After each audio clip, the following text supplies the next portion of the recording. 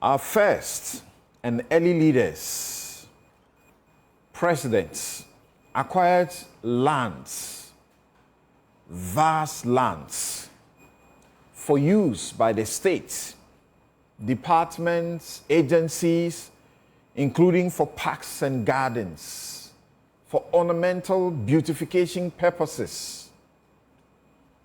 They preserved these lands. Our later leaders, especially under the so-called democratic regimes, have been busy, very busy, selling these lands and offering to cronies. Anytime a politician brings up the subject, it becomes a political football because the NDC and the NPP are most guilty, maybe not in equal measure. How will the latest debates about state capture and as Samuel Abujinapo and Samuel Okudzeto Ablakwa reply each other? The botched siren-speed limitless ally or law. We will seek to find out what the blame game, the denials, and the apologies reveal about our leaders. A deputy IGP has been appointed, but he's been assigned a specific task in charge of operations. There are claims that this is a clear attempt to clip the wings of Akufo Dampare, that this may confirm what was contained in the leaked tape, suggesting that the NPP wanted to do something with Dampare ahead of the elections. The man who has been enforcing traffic regulations such that your MPs want sirens and want no limits to their speed. We will be right back to deal with the vexed matters. I'm Samson Lardy, Anyenini. Welcome back. This is Newsfile. It's your most authoritative news analysis platform. And here on Newsfile, we put Ghana first. Samson stake, GN Bank. It makes no sense. Between 2017 and 2019, some 9 banks were collapsed for reasons some germane. Over 150 or so savings and loans, microfinance companies were also collapsed. The one thread running through was that they had become insolvent. I know of a situation where a company was collapsed. It was not insolvent. In the end, to pay its depositors, the company's own money was used to pay them, not a dime from the state. All property seized from the company were returned. A mistake, costly mistake. This was a problem. We were told by other experts, contrary to the position by the Bank of Ghana and the Minister of Finance and the government that led this process, it was a problem that could be solved with some 4 or 8 billion Ghana cedis. And yet the country coughed up money it did not have. 25 to 27 billion Ghana cedis in seeking to solve a problem. As some of the experts tell us, This is partly, largely, the reason this economy is hemorrhaging now. Cost of living crisis, that's the reality. The cost of your kenke, ball of kenke, the cost of your loaf of bread tells you we are in very difficult times. Fuel prices rising, inflation, interest rates. The dollar is whipping the city so terribly. If you make a purchase today and it is indexed to the dollar, you are better off paying immediately, because if you go to sleep the next day, you'll pay higher than you would have paid. Almost 16 cedis to the dollar. Yesterday, around 15.7. Some were trading it. GN Bank and the savings and loans under that entity was one that suffered. The argument has been that this could have been resolved or avoided because the capital you were looking for from these entities, you could tier them, graduate them, and not require all of them to have the same capital like the bigger banks. Here we are. Now, Indum has been speaking, and he went to speak to former President Mahama. Listen to him. It makes no sense. The governor who is there sat with me and said, look, why don't you accept to be reclassified from a universal bank to a savings and loans company, knowing that for savings and loans, the minimum requirement is only 15 million. Okay, 15 million. So do that, continue with your business, and then when monies are paid, then you can come back and request to be brought back to universal banking status. I went back to the directors, said, okay, let's do this. So January 2019, they give us a letter saying, here are 6 conditions that you must satisfy over a 6-month period. Now go and become a savings and loans company. So we went and started working. After 6 months, we prepared this report. It's a transition report for the 6-month period. We gave it to them in July. All of the requirements that they gave us had been satisfied. And we said our capital at that point was about 200 million Ghana cedis. Now remember, savings and loans, you require 15 million, right? So imagine my shock when I'm sitting in Chicago doing some work, and in August I'm told that they have taken our license. I said, under what pretext? Under what condition? What happened? Okay, because this report we gave to them, nobody called us to say, come and let's talk page 5, what you put there is wrong. Or page 6, there's something that we don't understand. Nothing. Nothing. And I've been showing this to everybody, that we went through and did our work and said everything was okay. And indeed, the people had started coming back to us, giving us new money. The old OPIC in Washington, which is now DFC, we went there and signed an agreement for $20 million, okay, to bring in and put into the business. All of that went away because of this action. It makes no sense to me. And that is my take. Be right back.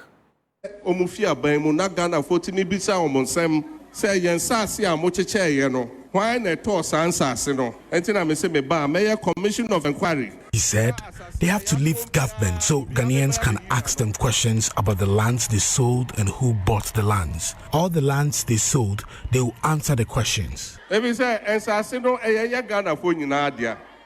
The lands are for all of us Ghanaians. Many of the lands are for chiefs, and then they take the lands and say they are going to use them for projects, but they end up selling them to themselves and their cronies.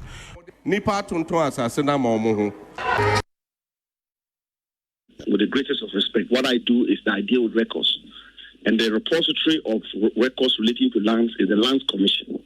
And the records at the Lands Commission and the records that have been furnished me, which are put out, suggest that no transaction relates to the Boy Center. That no sale or no lease or no grant or no rights have been created in respect of the Boy Center. I've seen the Honorable Ablakwa make further allegations and some 50-year lease and all of that. I've asked that they should check it out for me. And when I assemble the facts, I'll put that out. But by Winston, renovation doesn't constitute a sale. I mean, if I should point that out. You know, talking about those who have bought lands, the feeling I get from Ghanaians is that these are state lands, and so whoever has bought it, the list should be made available for all to see. And I'm sure you wouldn't mind doing that. I wouldn't mind at all.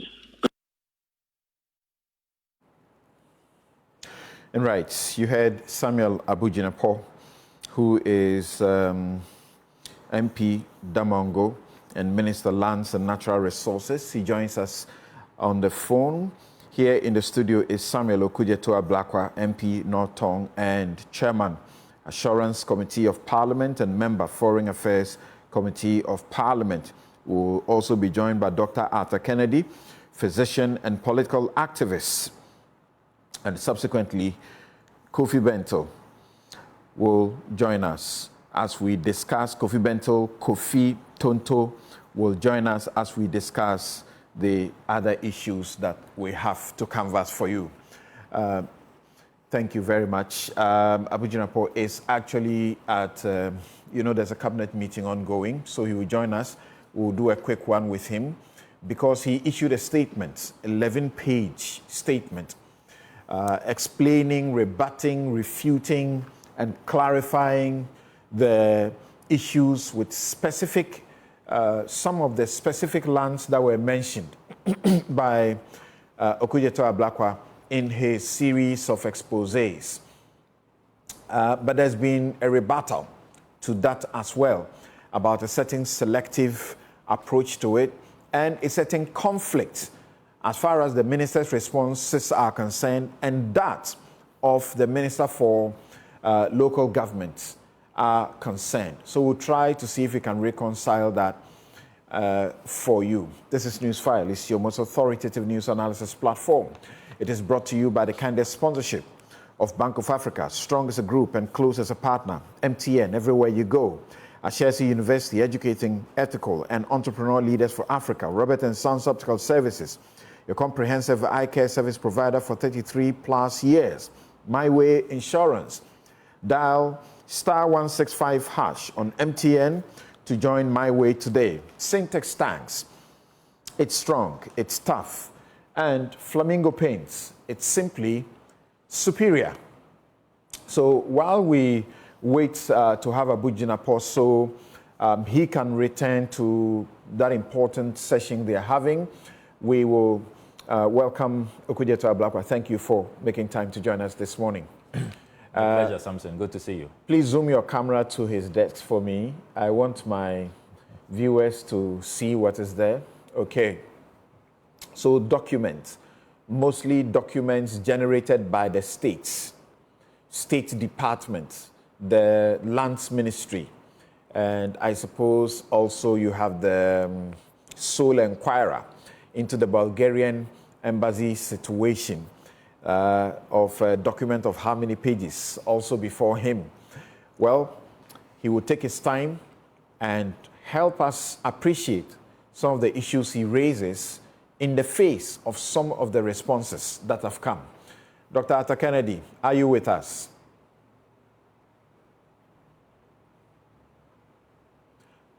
Please unmute your mic. Yes, I am here, and good morning to all your viewers and to Honorable Okudzeto Ablakwa. Thank you very much for joining us. Doc. Good to see you. Maybe I should start with you before we will go to Abu Jinapa when he joins us shortly. What do you make of this debate about state capture in respect of state lands? The discussion about state capture is not limited to lands, has been expressed beginning with the Ejapa deal, has been expressed in several other means, including the Labadi Beach hotels and the attempts to have them, all of that. What do you say about these? Particularly for someone who has a background and a good sense of history from the Nkrumah era and what you suffered under military regime, you had to leave the country, and you still look back and you love those days.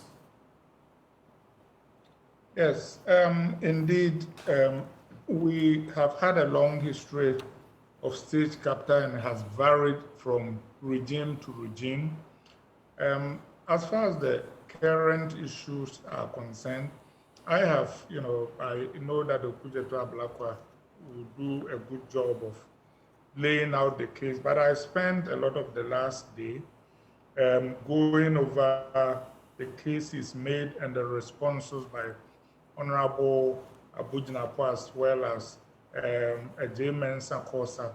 And I want to commend Honorable Horticultural Ablakwa for a very good job done. It doesn't mean that everything he said is right or true, but I want to commend his spirit and his attitude. I think that this is a very good approach by a parliamentarian trying to provide executive oversight and asking important questions on behalf of the people. I think that I followed his case about the SNIT hotels and the arguments he made. I listened to the responses. I think he's on solid ground, following his lead. I went to read things about Shiraj going as far back as Anyenini and the caveats that they laid down, the precedents. And I think that he has, by and large, done a credible job. I am particularly upset with the Wa place where somebody built a filling station, the fact that we've taken land on which there are bungalows belonging to judges. That has been collapsed, and it goes on and on and on. And these things are actually very worrying. I think it is useful that Honorable Abu Jinapa has responded. I think that we are building a spirit of accountability gradually.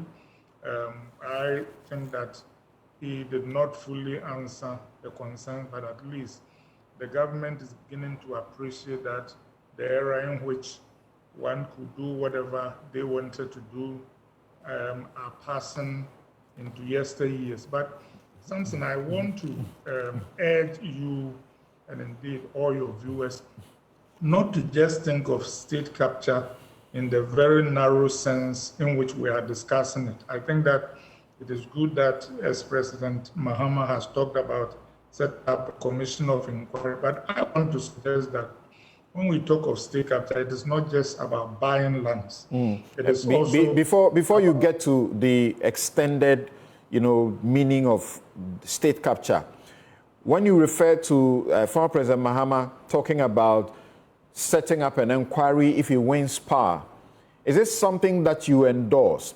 And what should be our reaction to a person under whose regime it was not any different?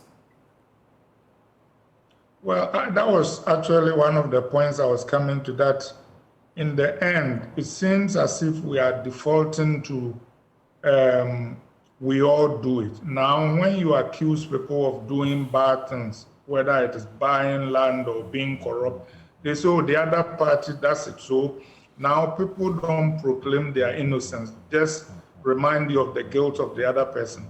I think that one of the things Honorable Horticultural Ablakwa said that I agree with is that this ought to be bipartisan, and that, as he put it, we are not all saints in the ND, and they are not all devils in the MPP. So I think the inquiry should be bipartisan, and there should be accountability. All right. They ought to be All right.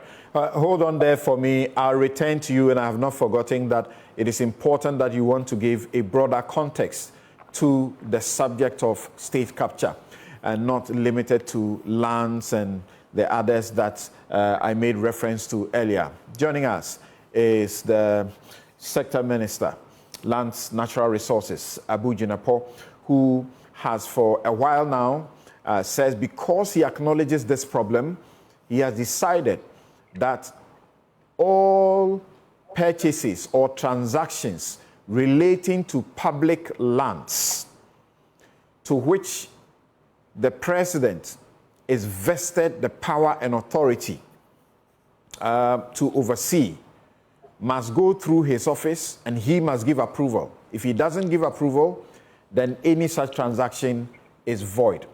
Abu Jinapo, thank you very much for making time to join us. Good morning, my good friend Samson, and good morning to your cherished listeners and viewers. Right. We acknowledge the fact that you've had to move out of an important session to be part of this discussion. So let's make it quick. You have given responses that expose, if you like, the double standards as far as the two parties are concerned in seeking to raise and pontificate. But let's start with this from this premise. Okudzeto is seeking to introduce a bill that will stop public officials from acquiring state property. You subscribe to that? Well, first of all, as I say, thank you for having me. And I believe that when the Honorable Ablakwa presents such a bill, if he's able to do that within this meeting of Parliament, I believe that the matter will be subjected to scrutiny.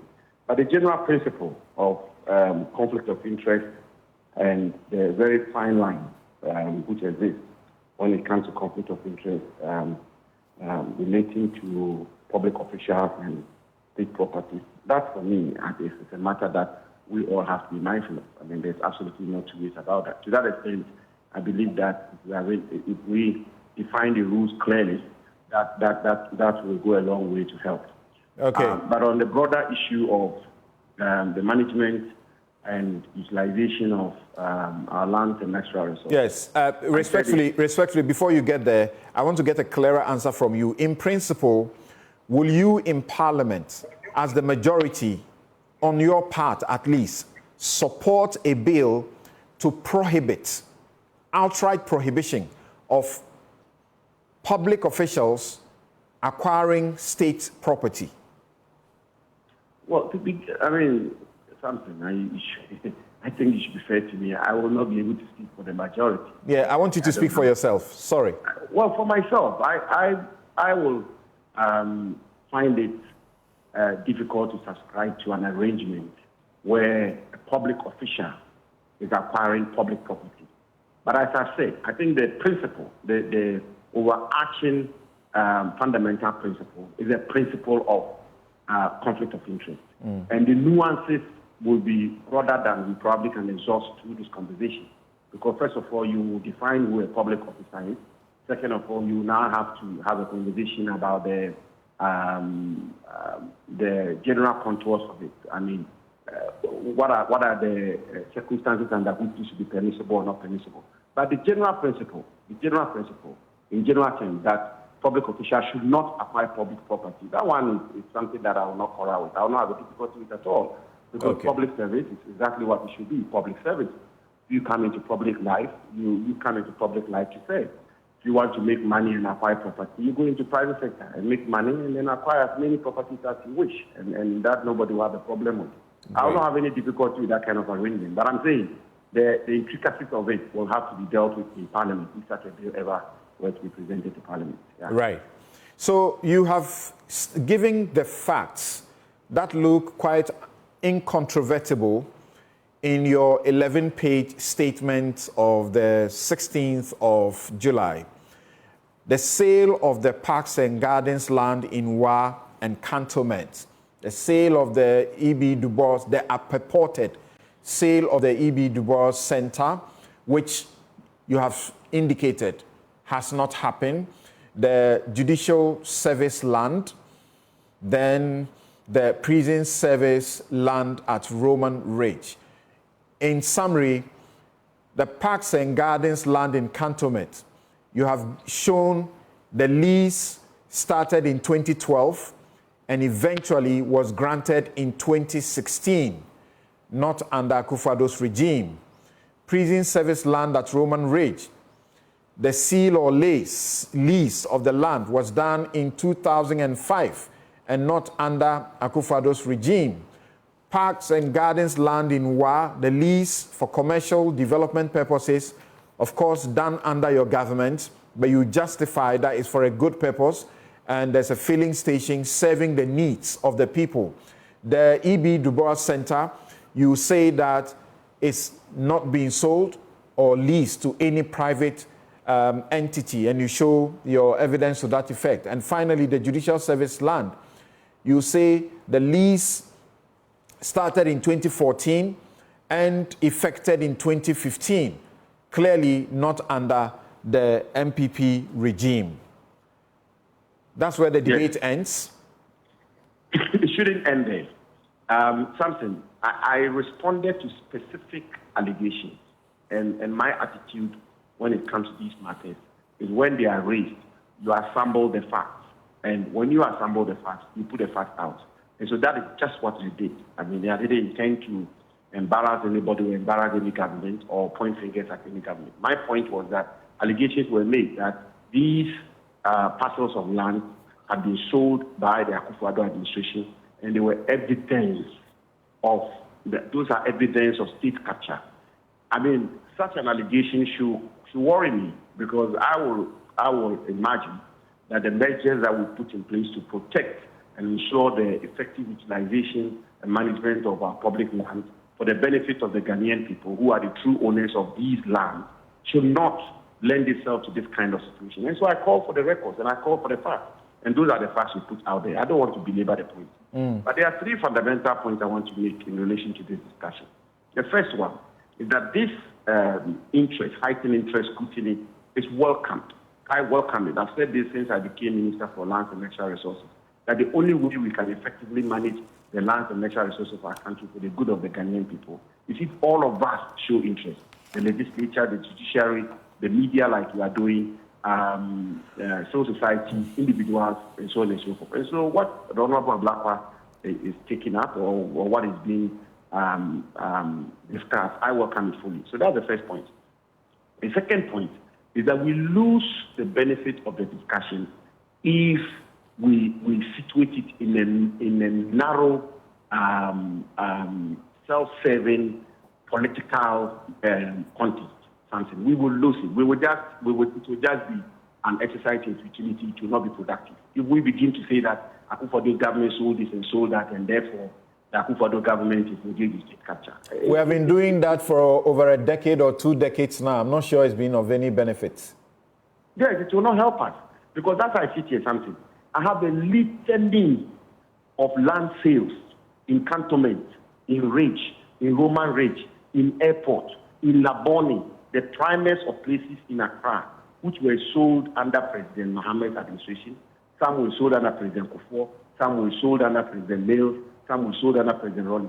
So if we are going to now begin to generate... And some were also sold under President Akufo-Addo? Yes, exactly. I'm not going to deny that. I'm going to get to the third point, which will probably answer that question. So that if we get into that kind of finger pointing, we will lose the essence of the discussion. And if you allow me, we are at the cabinet retreat at Peduasi. This subject is a matter that has been discussed in about 3 previous cabinet meetings, and we took a great deal of time, I think, on Thursday at the cabinet meeting to exhaust a subject which is a linkage of this kind of discussion. And I'll give you a little bit insight into it. I mean, I'm getting distracted in terms of how I wanted to approach this discussion. But let me just tell you, you see, you have a situation where, for example, public institutions generally, and then if you want public universities in particular, construe lands which have been, public lands which have been granted to them as lands which belongs to those institutions, something. And they deal in them with, or they deal in them and they leverage them with third parties in a way that they pleases, in a way that pleases them. And so I don't want to mention the name of any institution, but you have institution A, who has been given, say, public lands of 50 acres to be used to attain the purposes for which the institution is established. The institution then goes, for example, into a public-private partnership arrangement with a private sector third party, and grants, say, 30 or 40 acres of the land to the private parties, private sector party, without recourse to government, without recourse to the land commission, without recourse to the ministry, without recourse to the government. And then they have this thing they call sharing of bungalows or sharing of infrastructure that will be developed on that property. No value for money. It doesn't really go to the core mandate of the institution. It doesn't serve the objectives or the objects for which the institution was established. And then the question then arises: that those lands, do they constitute public lands or not? And should that institution seek the consent of government before they are able to go into this kind of arrangement? All of these matters have been resolved, and I'm coming to issue a statement to that effect, a public statement, and we're coming to put rules to regulate that. That is a whole area of abuse across the public sector, across the public service of our country, and it's been so for years. I thought you had resolved that. I thought you had resolved that by insisting that all such transactions involving public lands must get your certification, your approval. Otherwise, they will be deemed as void. You are right in raising that point. It is resolved to a lesser extent. It is resolved where the land is still vested in the Lands Commission. That's number one. It is resolved where the land is being granted to the public institution, and the public institution is not construing the land as its property, and therefore does not fall within the four corners of public land as defined by the Constitution. And so the Attorney General had to come up with an opinion to, first of all, define what constitutes public land. So I'll give you an example. So you have the colonial government, which acquired large portions of land for public institutions. Here, maybe I should mention one or two, because those are the obvious ones. Ghana Armed Forces, public universities, some public institutions, had large parcels of land. And the colonial government, the Nkrumah government in particular, then grant leases to these institutions. Okay. Then the state then has reversionary interest. The question which arose: are these public lands or not? And if they are public land, are these institutions allowed to deal in them as they please, or without recourse to government, and so on and so forth? So these are the matters that we get. But clearly on that issue, why should there be a difficulty? Because all these departments, agencies, and so on, they are under the control of the executive. So it is your edict, it is your fatwa that they will follow. That's what I'm saying. That is what I'm saying, that it has been resolved. And I'm telling you that the public institutions don't take the view that you're taking. They mount very, if you want, seemingly strong legal argument to come to the conclusion, in their view, that these do not constitute public. And something that is why actually even the New Lands Act, Act 1036, specifically Section 235, has prohibited the grant of public lands to public institutions through leaseholds or freeholds, and has actually gone as far as saying that you can only give certificate of use. You give them a certificate which will give them the right to use the land, but you cannot grant a lease or cannot grant a freehold. Parliament, in its wisdom, in enacting the New Lands Act, sought to cure this mischief moving forward. But I'm talking about public institutions which already have leases granted to them. So what is the point I'm making? The point I'm making is that it's a bigger conversation, it's a broader conversation. And the moment we narrow it down to partisan discourse, these people sold this and that, those people sold that land, we will lose the essence of the conversation. I welcome the conversation. That's right. And I said it on your platform that we're going to have a national land symposium, which is being planned for sometime in August, where we are bringing all stakeholders for us to have this conversation. But I welcome the conversation. Right. Nonetheless, let's get to the rebuttals to your responses and explanations. We are told that the Minister for Local Government and Rural Development, Martina J. Mensah-Kosa, answering a question in Parliament posed by Okudzeto Ablakwa on July 4, 2024, gave a position different to yours on at least two of the instances in respect of the Wa Parks and Gardens land. He was of the view that he was going to take active steps to reclaim the land and demolish what he called the illegal fuel filling station constructed on that land. But your communication said that was a good use to the land. That was a proper, as it were, disposition of the land. What do you say to that? Well, the specific response to that is, I would rather that I don't even get into this, this person said, that person said that. But anyway, let me give you a response. Samson, you're a lawyer, I'm a lawyer. I deal with records of land, okay? So if you take a government bungalow, for example, the government bungalow is managed by the Ministry of Works and Housing. It's not managed by me. I manage, when I say me, I mean the Ministry of Land and Lands Commission. We deal with the lease. If the Ministry of Works and Housing wants to say redevelop the bungalow, they will just knock on our doors and do the needful in terms of leaseholds and so on and so forth, and then it will be done. The management of the bungalow is very much within the remit of the Ministry of Works and Housing. The Ministry of Local Government deals with planning. LUSPA, Land Use and Spatial Planning Authority, sits under the Ministry of Local Government. So if land is granted to an individual, and the individual uses the land in a manner which does not conform to the planning of that particular jurisdiction or that particular enclave, the Ministry of Local Government is very capable of invoking its bylaws and laws and so on and so on. So there is no contradiction whatsoever. I just deal with records of land. The question was posed.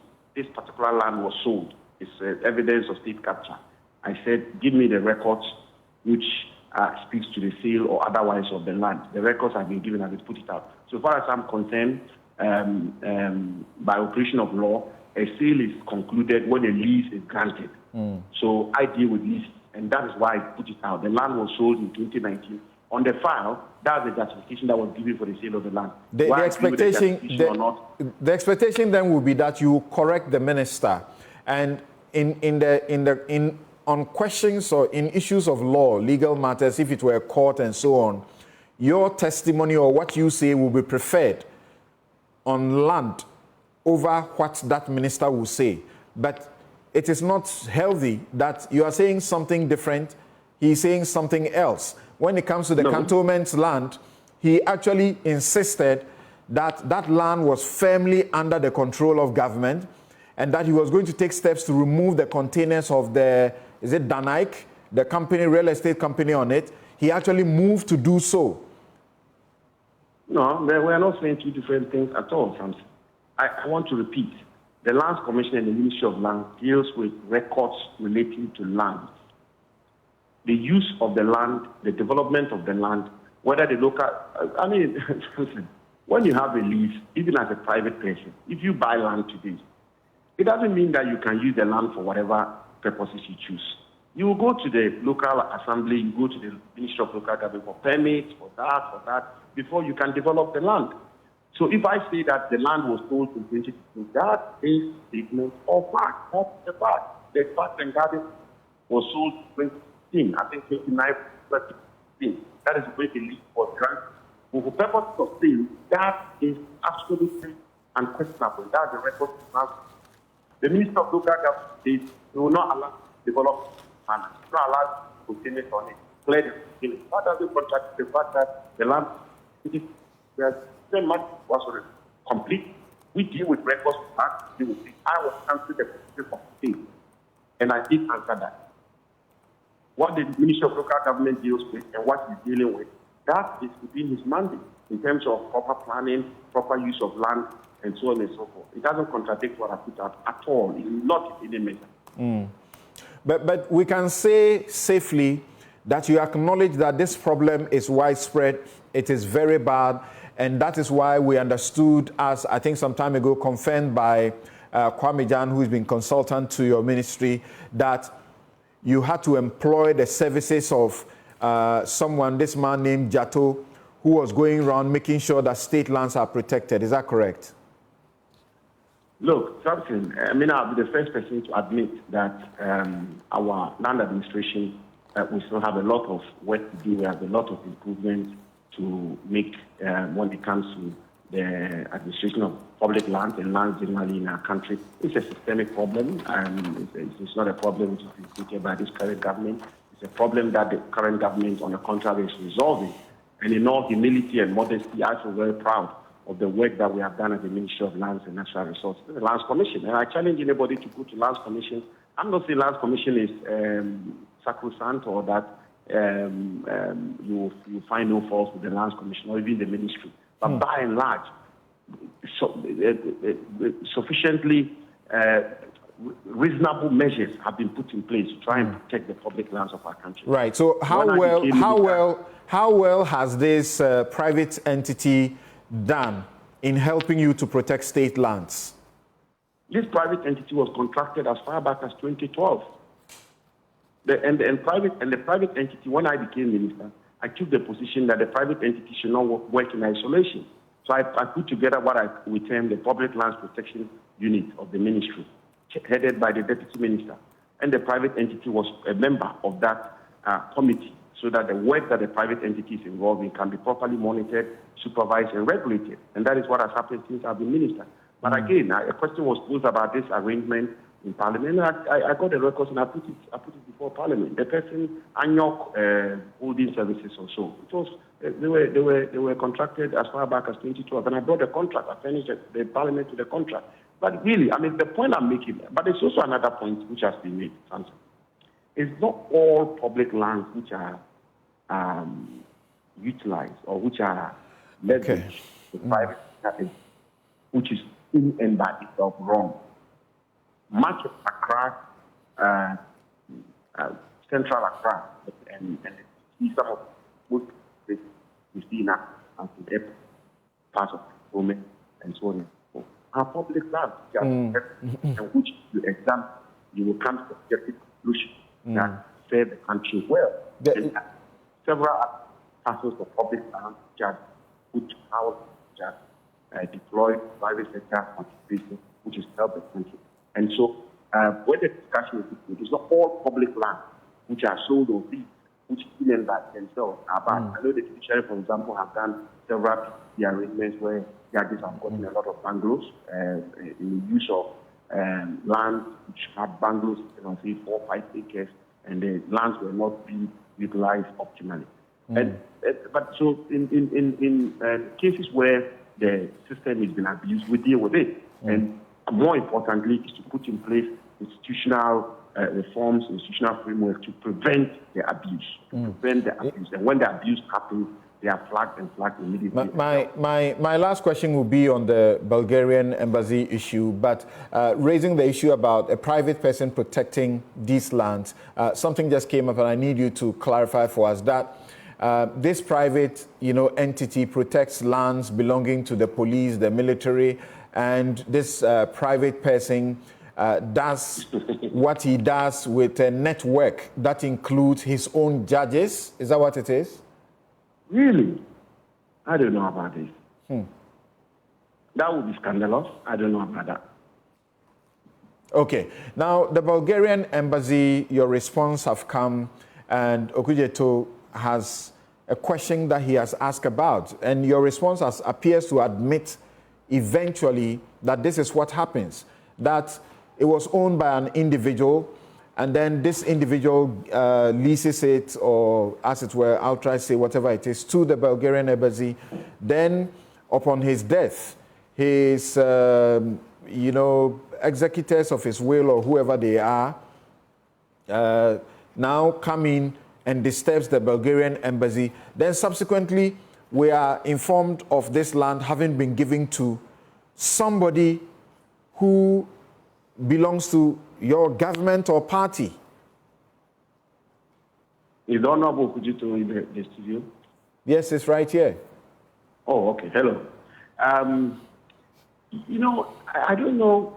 I'm not too sure what the issue is with the Bulgarian Embassy, which is still agitating the mind of the Honorable Horticultural Ablakwa. Because I think this matter is been dealt with very, very properly and dealt with squarely. First of all, Samson, if this controversy, or this dispute had arisen between two private entities or two private individuals, the government of Ghana would not have stepped in any form or shape whatsoever. This land was public land. The land was sold or leased out as far back as 1974. So you replace the Bulgarian Embassy with Mr. Samson Anyenini. That will mean government of Ghana will not even be interested in it in the first place. The matter would have been dealt with as it was being dealt with in the courts, in the law court. This matter has been a subject matter of multiple suits in the law courts. Government of Ghana came in simply because it's a diplomatic mission, the Bulgarian Embassy. That is the only reason why the government of Ghana, through the Ministry of Lands and Natural Resources and the Ministry of Foreign Affairs, have had to come in. And I think you've given the facts correctly.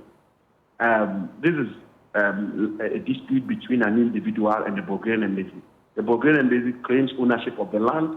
The individual claims ownership of the land through inheritance, as is rightly pointed out. Even before the matter will be dealt with in the law court, the person proceeds to demolish the building of the Bulgarian Embassy, purported building of the Bulgarian Embassy, because this is still a Press one to a court order. Press one to a court order, correct. But it's a diplomatic mission, so government has to step in. And so I then appointed a sole inquirer, that is Oporiata. That Oporiata goes into the matter and brings up a report. Okay. I had to call the parties and ask the parties to submit to my mediation, the mediation of my good office, because they are not obliged to. The private individual could have taken the view that, Mr. Minister, you don't have jurisdiction on this matter. I want to press my case in court. There's very little I could do about it. But I used my good offices to bring them out to the negotiating table. And the question then arose as to what is the value that should be put to the damage to the Bulgarian Embassy building. I said, let me put together a technical mediating committee. And we did so, representing a representative from Foreign Affairs, representative from the Ministry of Land, representative from the Lands Commission, the Bulgarian Embassy, and a private entity. They sat down and they took the view that to be able to ascertain the value of the building, the statutory body responsible for that, the Land Valuation Board. So let's have the Land Valuation Unit of the Lands Commission do the valuation. The Land Valuation Unit does the valuation and comes up with 5.3 million Ghana cedis. Okay, Samson. Now, we say that the private developer should pay the Bulgarian Embassy because they want to have access to the land. They demolish the building. That cannot be the liability of government. And there's never been any confusion or misunderstanding as to who should be liable or who should be responsible. The parties are still in talks with the government mediating team, to find a final resolution of this matter through the payment of this money. Then I think the Honorable Okujetu put out a statement who suggested that government is mulcted in damages or liabilities of 5.3 million Ghana. I said, no, government cannot, by any stretch of imagination, be responsible for even a penny of this particular litigation. Government cannot be, and government is not. And that is the clarification that I put out. All right. So in this matter, what will be with the greatest of respect, preservation of anybody? I mean, government rather is gone at the great length to try and resolve a matter which involves a diplomatic mission. The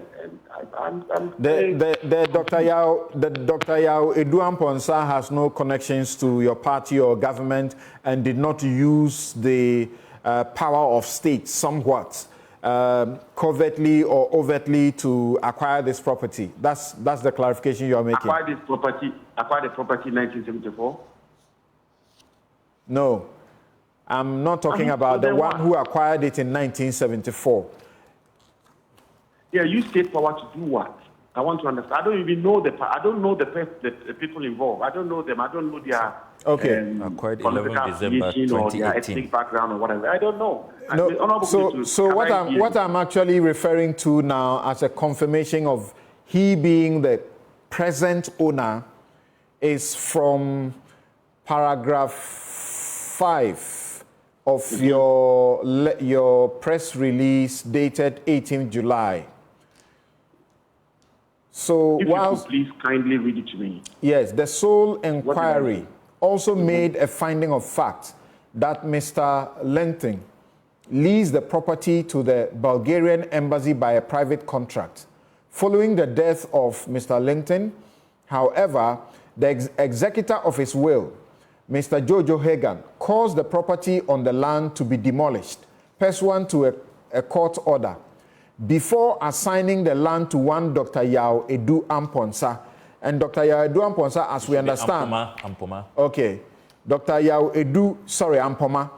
And we understand Dr. Yao Edu Ampoma got this property in 2018. Yeah, but the issue we are dealing with is the demolition. That's exactly what we are dealing with. If the Bulgarian Embassy building had not been demolished, there would not have been an issue.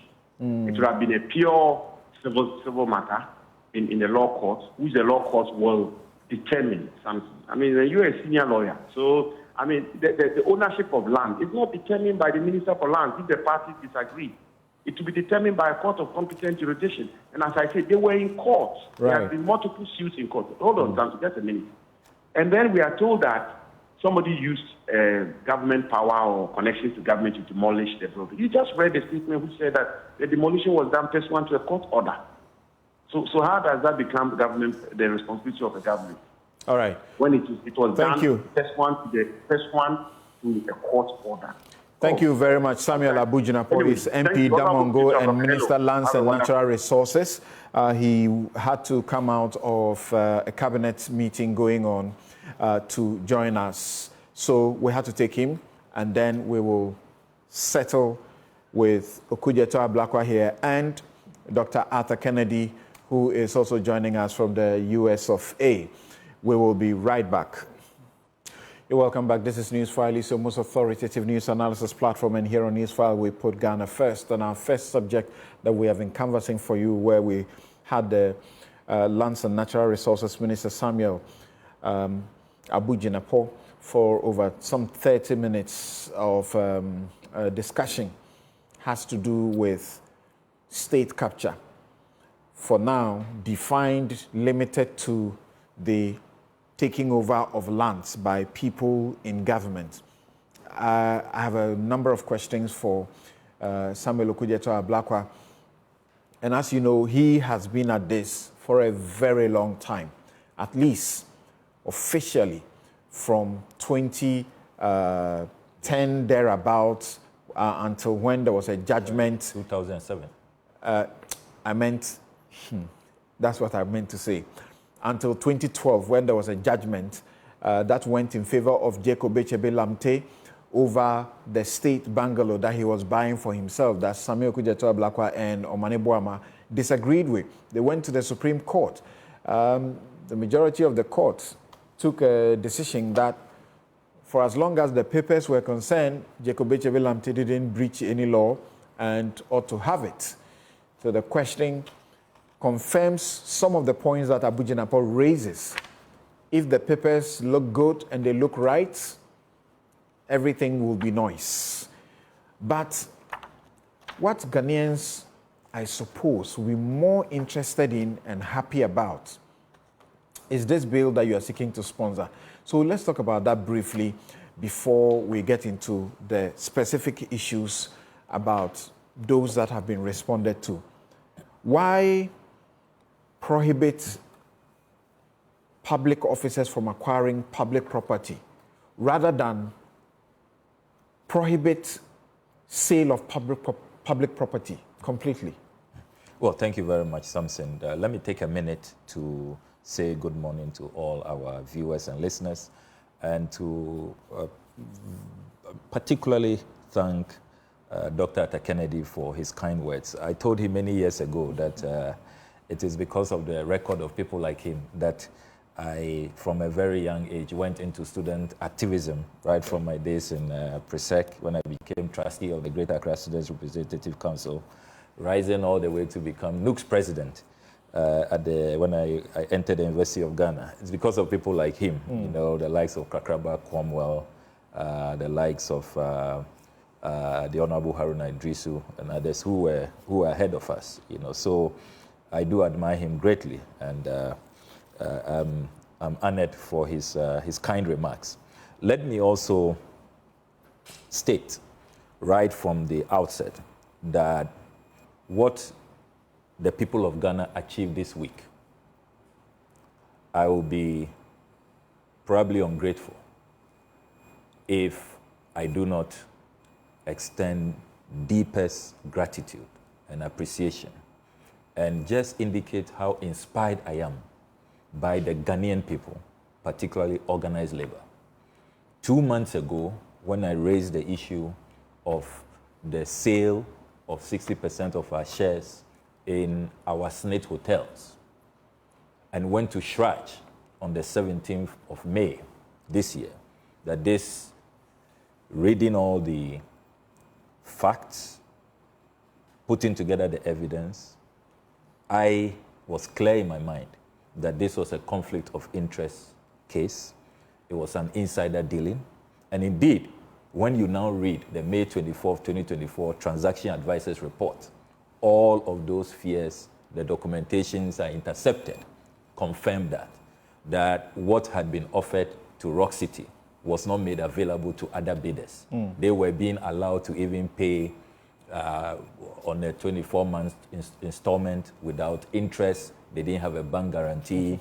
There were no evidence of ability to pay. Their financials did not show that they could close the deal.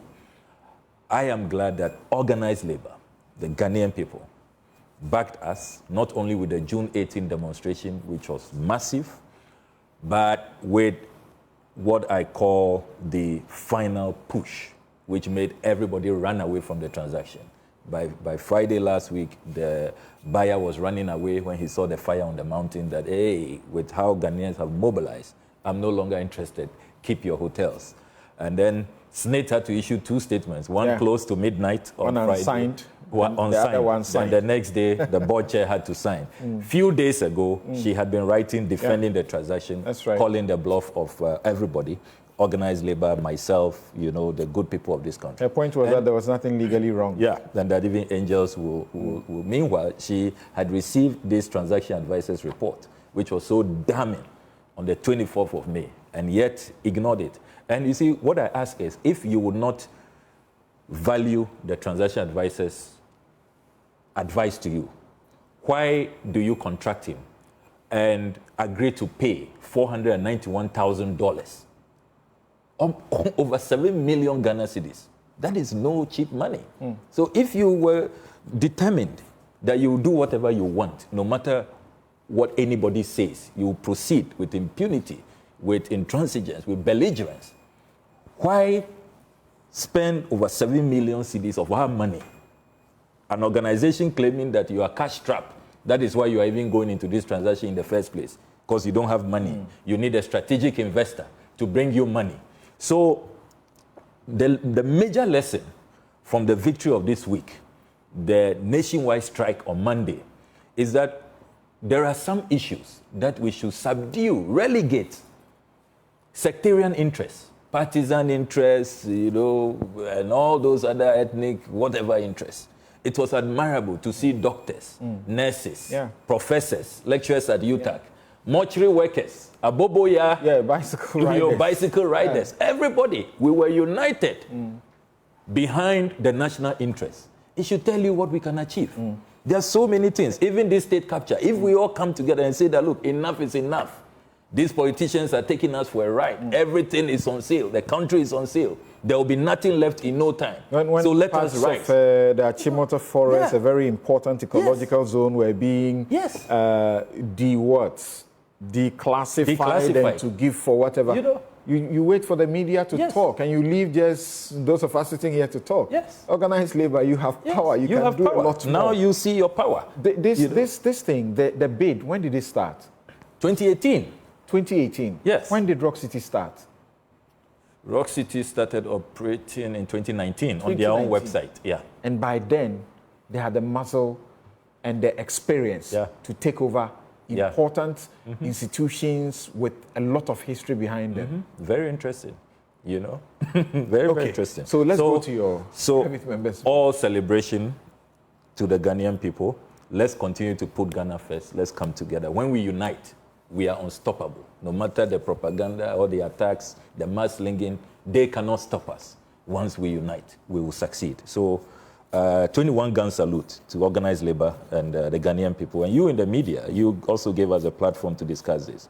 So I am happy that we are starting with the private members bill. And I can disclose on your show this morning that all is set, at least with our first draft.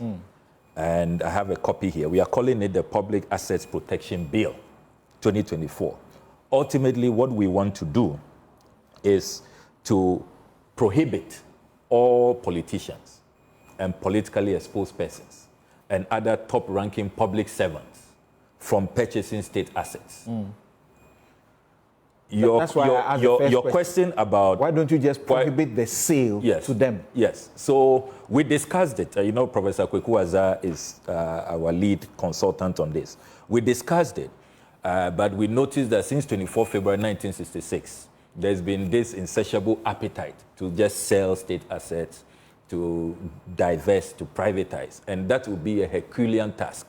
So, and having analyzed how the sale goes, those who benefit at the end of the day, we take the view that if we prevent the politicians and politically exposed persons from purchasing these state assets, we will virtually achieve the same end.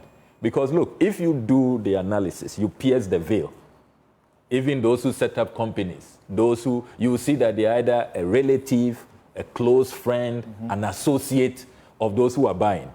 So once we separate the culprits, those who have the appetite to own these state assets, and you take them out, you will see that drastically, in our analysis, we believe that we will solve over 80% of the problem. That's why in the first draft bill, you are defining these officers to include very broadly elected officials, members of parliament, assembly members, and other elected representatives, senior government officials, ministers, deputy ministers, and heads of government and departments or agencies, judicial members, judges and other judicial officers, high-rank military officials, senior officers in the armed forces, state-owned enterprise executives, CEOs, and board members of state-owned enterprises, regulatory and supervisory authorities, officials and regulatory bodies that oversee public procurement and asset management,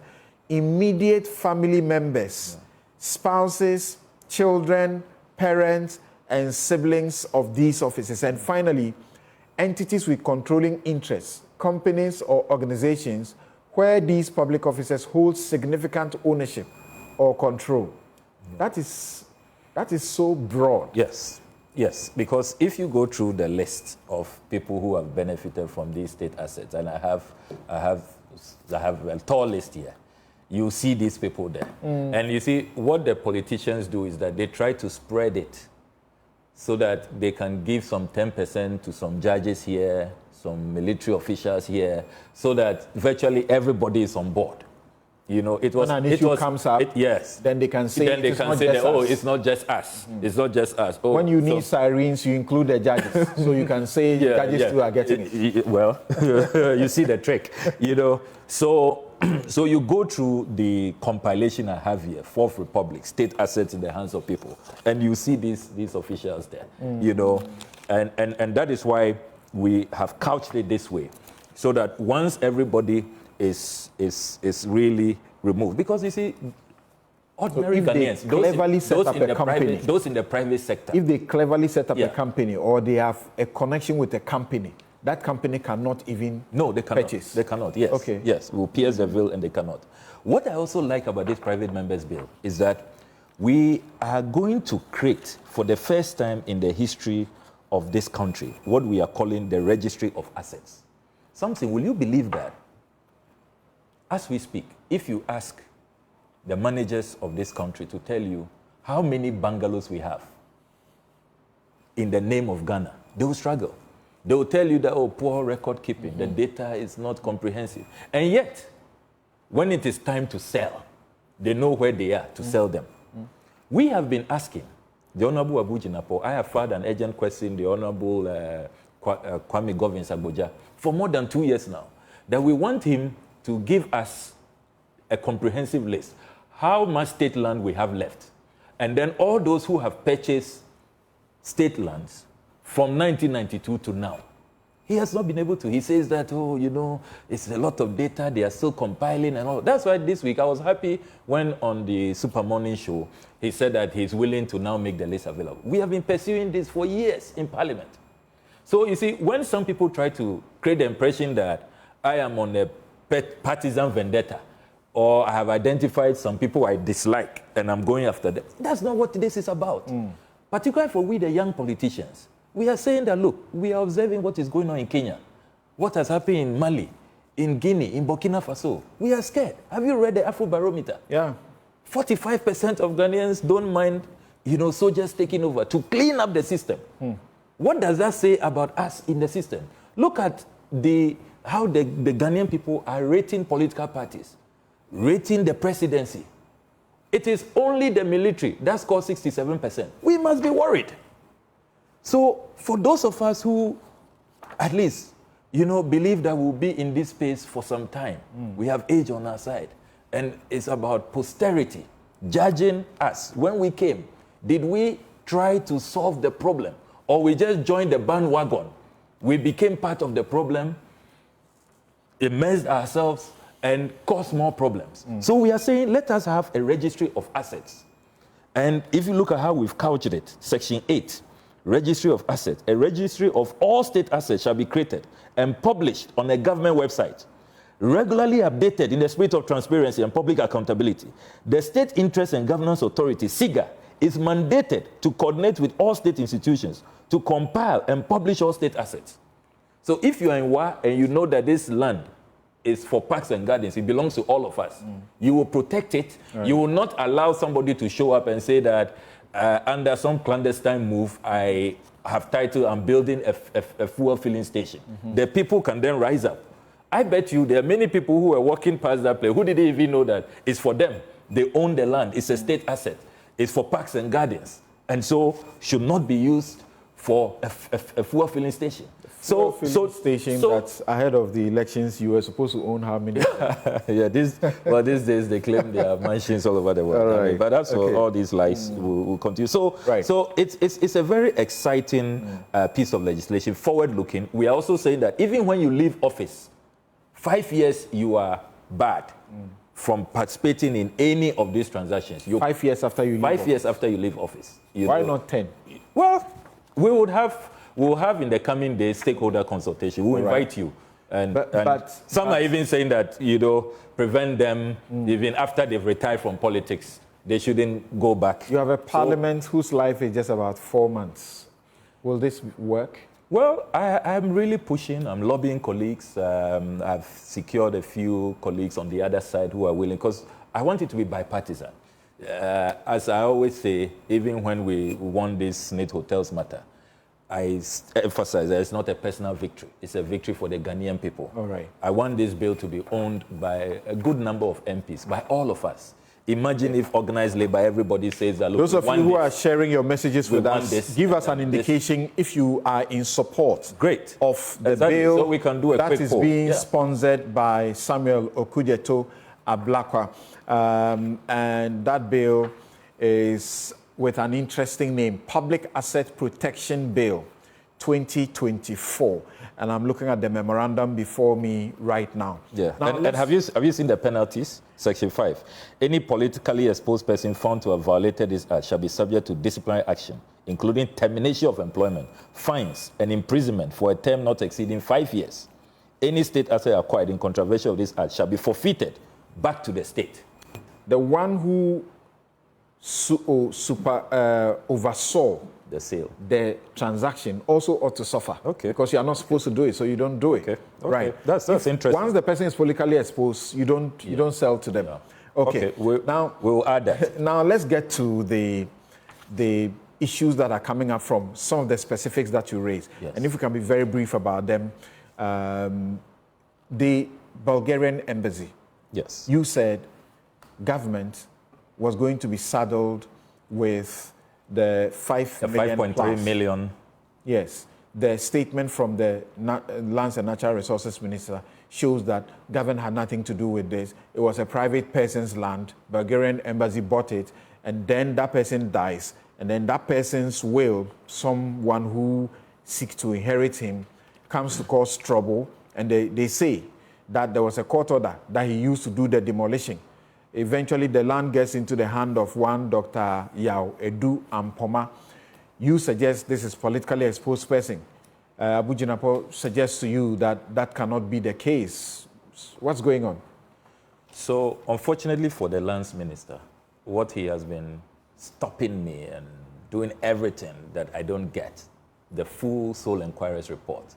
My lawyers filed an RTI request to his ministry. The respected senior lawyer, Mr. Tadio, sorry, no response. They treated it with contempt. When was this? Over a year. It's been more than a year. Okay. I filed urgent questions in Parliament. They said they won't publish the report. I mean, why set up a sole inquirer? But that sole inquiry was set up after you blew the whistle on this matter. Whistle, yes. Okay. I, in one of my exposés, revealed that, look, when Ghanaians thought that after the Nigerian High Commission demolition, that would be the last. And you see, we are playing with fire. You know that under the Vienna Convention on Diplomatic Relations, this is an act of war. Indeed, our president, when the Nigerian demolition happened, our president had to call his counterpart and beg. The foreign minister at the time, Onyama, issued a strongly worded statement that they consider it a criminal attack, an attack on Nigerian sovereignty, and that they were going to retaliate. Our president had to intervene. Then they did it again. So we shouldn't joke with these matters. They have grave consequences. Unfortunately for the lands minister, through my usual interception capacity, I have intercepted the full Sole Inquiries report. I have a copy here, 149 pages. And a lot of what the minister is saying is not supported by the facts. What do you mean? First of all, the land, the Sole Inquirer has determined that it's a state land. If you read 6.1, say the subject matter of this inquiry forms part of state lands acquired under certificate of title, TLS number 3443, dated 6 July 1920 for public services. In 1977, the government of Ghana granted a lease of 3.235 acres for a term of 99 years on 1st April 1974 to Mr. Theophilus Kofi Layton. The lessee erected a dwelling house thereon and rented it out to the government of the People's Republic of Bulgaria. So let's establish that. It's a state land. That is what the Sole Inquirer determined. Then the lands minister this morning is also creating the impression that, oh, it's entirely private. They have come in just because it's a diplomatic mission. And, there's no complicity on the part of state actors. That is not what you find when you read this report. If you come to page 122 of this report, 6.8, Bulgaria's land title certificate number GA6454 was eventually cancelled. We find that this was fraudulently done by the use of the judgment against Ms. Ansa. So that the Sole Inquirer has discovered that when these demolishers claimed that they had a court judgment, it was a fraudulent court judgment. They didn't actually have a court judgment. They went to attach another person's judgment called Mr. Ansa. Can you believe that? And they had their agents in the Lands Commission who came along with them. So this Sole Inquirer recommends sanctions. What is the Lands Minister doing about his officials at the Lands Commission who have brought us this international disgrace? Let me continue. In procuring the cancellation of the interest of the Bulgarian Embassy, however, the records from the Public and Vested Lands Management Division of the Lands Commission still indicate that the interest of the embassy is subsisting and due to expire in 2033. So the Bulgarians have an interest. Their 50-year interest expires in 2033. Then they use a different judgment, engage in fraud. It continues. It was found out that Mr. Layton had acted fraudulently by getting the Lands Registration Division of the Lands Commission to cancel the Bulgarians' interest by attaching the judgment dated 24 September 2002 against Mr. Ansah to particulars of the Bulgarian Embassy for cancellation. You see why it is important that when there are commissions of inquiry, the report should be made public. If you have nothing to hide, if you don't want to shield your officials, your appointees, your agents and assigns, publish it so we all know. Then he continues. Mr. Jojo Hagan, without the necessary notices to the occupiers, forcibly evicted them and also caused the demolition of the property without following due process. This is the retired judge. He's the senior justice, Anto Ofuriata. So what is Abu Jadapo reading and sharing with us? So what is he reading? What is he reading? I'll make a copy for you. Very damning report. Then he continues. After the demolition, Mr. Jojo Hagan went ahead and assigned the land for the unexpired residue of Leighton's lease to Dr. Yao Eduampoma on 11 December 2018. Dr. Yao Eduampoma is the person who stands to benefit in all of this fraud, all of this demolition, all of these illegal shenanigans. He is President Akufo-Addo's appointee at the NDPC. He is the government star witness against Dr. Opuni in the Opuni trial, ongoing Opuni trial. He stands to benefit.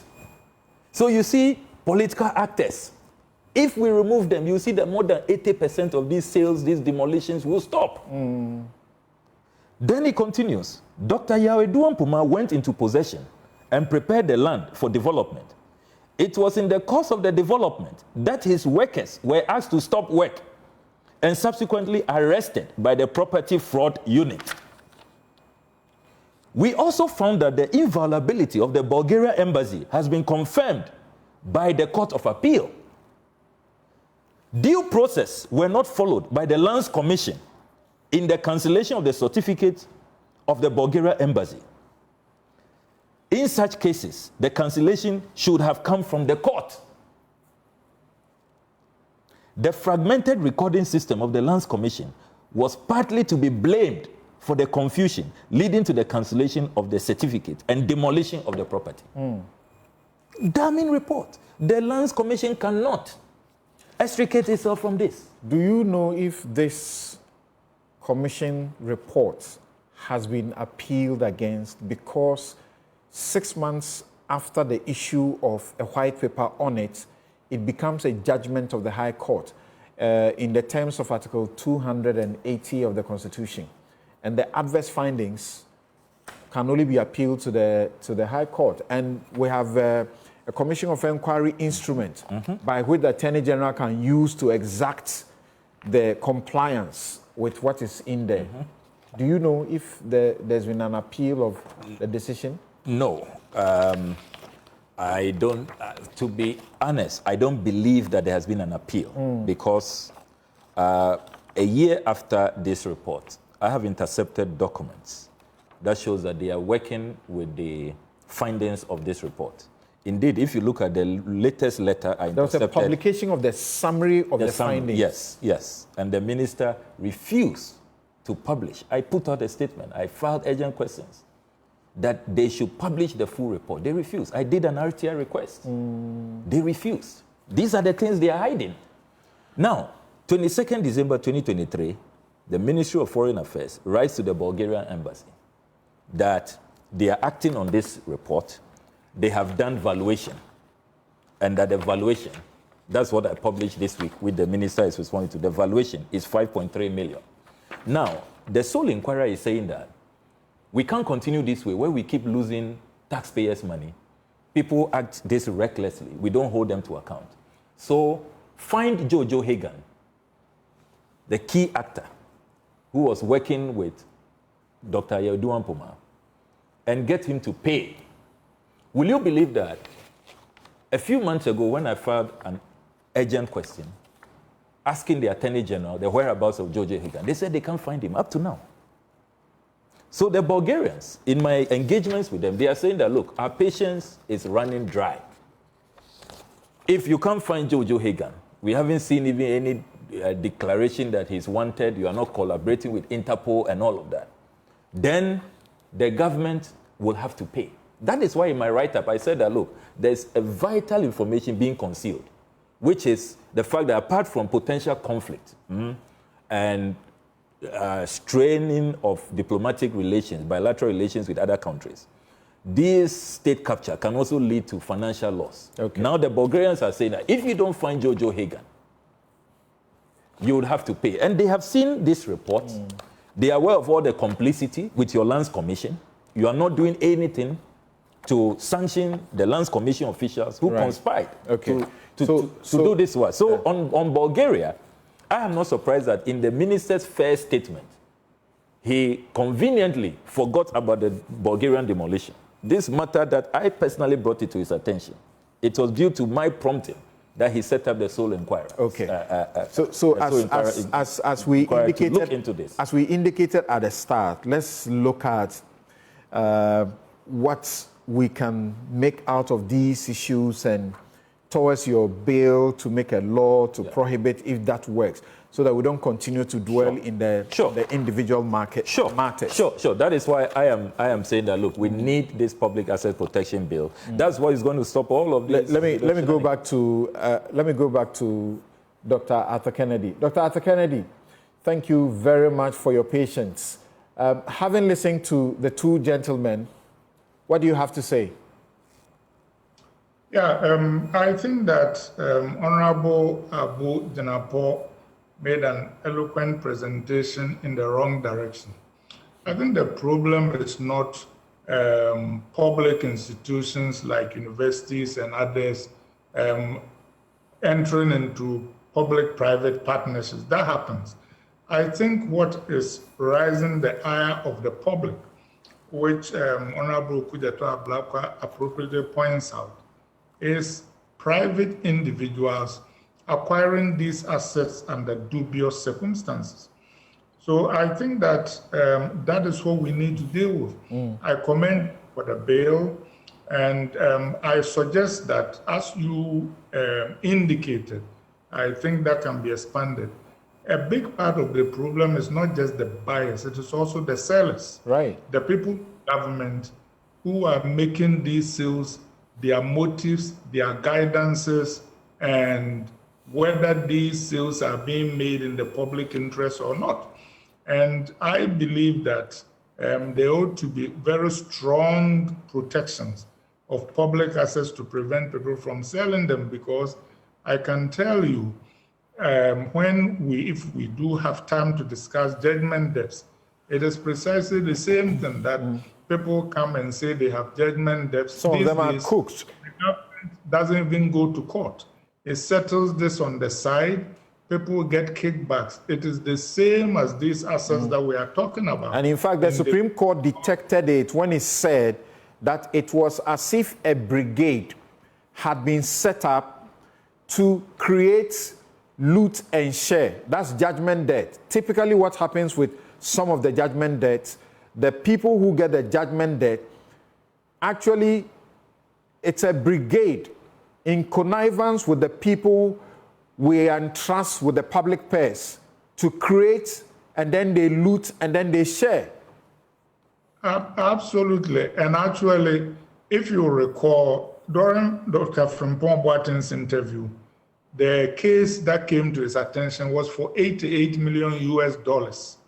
If you think about it, this was only one deal in the 8-year span of the government. It means that theoretically, if they were doing only one or maybe two of such deals a year, we had him for $1 billion. And I am telling you that you can mark it. When this government is done, judgment debt and how it has been settled in the shadows will be the biggest financial scandal. These things that Honorable Kujato Ablakwa is working on, which is very commendable, will look like small, what do they call it, plantains, compared to the big things that they are doing in judgment. So that, for example, Dr. Arthur Kennedy, in the matter of the Parks and Gardens land at Cantonment, which was leased in 2012, eventually effectuated, the whole thing completed on the 29th of November 2016. The purpose, according to the Parks and Gardens, through the letter of through the local government minister, under the hand of the Deputy Minister, Elvis Efrie Ankra, the purpose for seeking to sell 2 acres of that prime land was to, quote, raise funds to resource the Department of Parks and Gardens because the department was in, quote, dire need of office infrastructure and other working tools, and the agency wishes to sell those 2 acres of land it is currently occupying at Cantonment to enable it to raise the needed funding to resource itself. We can tell today that that has not happened. Mr. Okudzeto Ablakwa, correct? The Parks and Gardens, is it any different from what it was before this sale? No, it hasn't happened. But I'm contesting the Lands Minister's statements on this because on the 4th of July, when I filed this question, and the Parks and Gardens is managed by the local government ministry. It's one of the agencies under the ministry. The Minister for Local Government was emphatic. Let me read from column 19 of the Hansard, the Parliamentary Hansard of Thursday, 4th July 2024. This is the local government speaking, the local government minister speaking. In the particular case of the Department of Parks and Gardens land in cantonments, the recent claimant of the portion of the land indicated that he acquired a title to the land in contention, but could not produce same after he took the matter to court. The court subsequently dismissed the case and requested the plaintiff to re-enter the case with the proper documentation. Mr. Speaker, our checks, however, reveal that the claimant did not have any valid documentation to the land. I wish to state that the land in question has a valid certificate of allocation dated 2nd October 1952 to the Department of Parks and Gardens.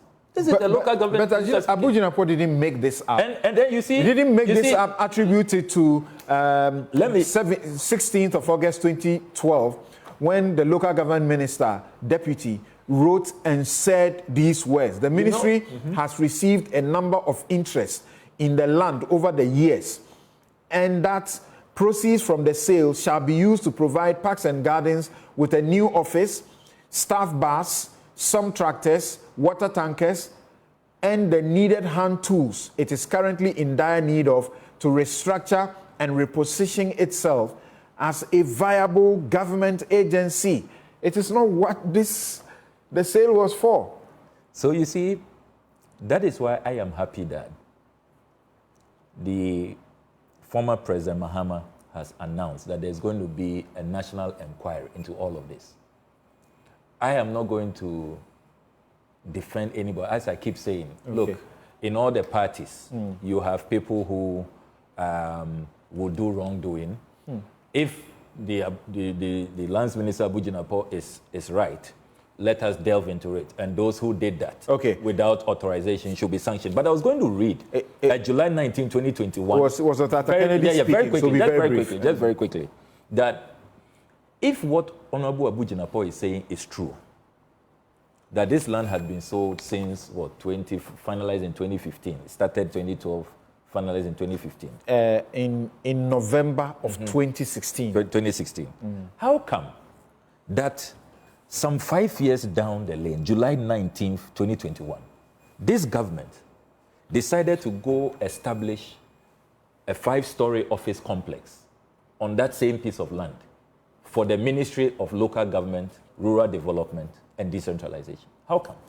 It had to take the Land Use and Spatial Planning Authority. He says, you have an answer in his statement, because he says that when they came in, they sought to cancel about that and 7 others. That one, the cancellation had to do with the judicial land. Judicial service land. The judicial service land, yes. For this one, he says, you sold it, so go and deal with your mess.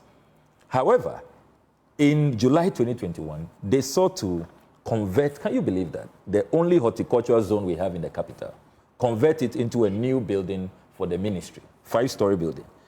The Land Use and Spatial Planning Authority, in a strongly worded letter to them, signed by Kwejo Yeboah, acting head, LUSPA, said that, look, based on the aforementioned observations, we would like to advise the Ladade Kotopong Assembly as follows, that the current site for the ministry's project is designated as horticultural nursery And as part of their mandate, the Department of Parks and Gardens uses the land to nurse seedlings and to cultivate other tree species for government and other relevant institutions and the general public for planting and beautification of the city.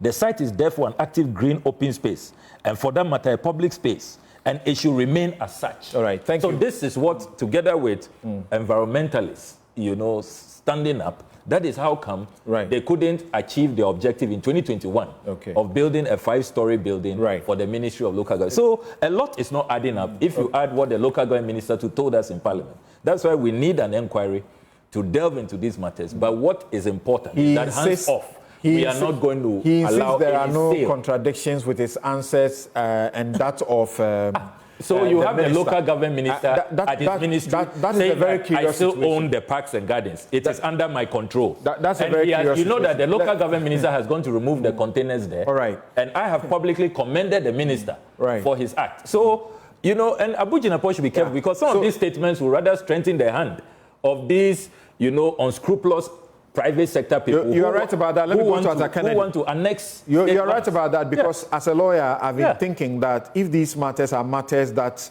are gaining the attention of the judicial authorities and the government, one hand, a minister of natural resources is saying this, and then the local government is saying this, you'll be daft. Not to take what they are doing, to go and support what you are doing in the courtroom. So, Dr. Atta Kennedy, you were making a point there, and we have not forgotten that you wanted to, situate properly what state capture means and how it is manifested and the implications for this country. Yes, these things, as I have said earlier, the minister was eloquent, but he focused on institutions, like universities and prison services and all that. There are problems that must be regulated. The problem, though, that is really getting the public's eye is private people who are using connections to acquire these properties. And we know from our history that even revolutionary governments are not immune to cronyism. The Donkome privatization of state-owned enterprise and the PNDC. We saw that, and Honorable Ablakwa has brought quite a few of these, and the SNIT hotels that almost happened a few weeks ago. The public did very well, and I commend them and the TUC for what they did. We have two significant weapons, our voices and our votes, to cure these things. I support fully President Mohammed's Commission of Inquiry, but I want to suggest that when we talk about state capture, we should not see it in the narrow sense of just selling these physical assets. That is part of it, but I suggest that we will find out that we've lost even more money through government judgment debts that went on. We've lost a lot of public money through the fraudulent award of contracts, even though we set up a public procurement authority. And I want to tell the people of Ghana that, for example, if you study South America, Brazil, for example, the corruption in Petrobras was actually spearheaded, its check was spearheaded by the judiciary, which ended up putting significant ministers into prison and others. So we are the men we have been waiting for. And I worry that this culture of impunity that is going on, like Honorable Ablakwa rightly points out, can one day lead us to where we don't want to go. Mr. Rawlings may be dead, but his spirit is still among us. And as the anger on the streets mount, we have to be very, very careful. Like I said the last time I was here, when you see somebody's beard on fire, you should fetch water and put it beside your beard, because your beard could also catch on fire. So I say that judgment debt, the selling of these public buildings, lands, the award of contracts. I noticed that Ablakwa was talking about some of these contracts and when people got them and all that. The same thing happened, for example, during COVID, when a company was awarded the COVID test contract at the airport, even before they were registered as a company in Ghana. That is part of state capture. The whole Ejapadia document is a blueprint for state capture. I am telling you that the problem we have in our country is that there are a lot of people in our public space, in government. This government is the word, but it's happened in governments before, whose sole purpose, regardless of the policy initiative, is to figure out how to milk the public space and transfer public resources into private hands for it to become private wealth. That is why we have so much incompetence. It is profitable incompetence, because the more incompetent state services are, the more they force people and they manage to get rent seeking. That is what we are witnessing on a grand scale. All right. The Ejapadia document you refer to is not authenticated. Many people reading it around, but we know that there have been attempts at denying the authenticity of it. There have been all sorts of suspicions and rumors. Even the bank collapse, bank cleanup exercise, you know, the rumor and the claims that CBG was an attempt to another state capture, so that eventually certain people will take it and own it and command, you know, the heights of the banking industry or financial industry, so to speak.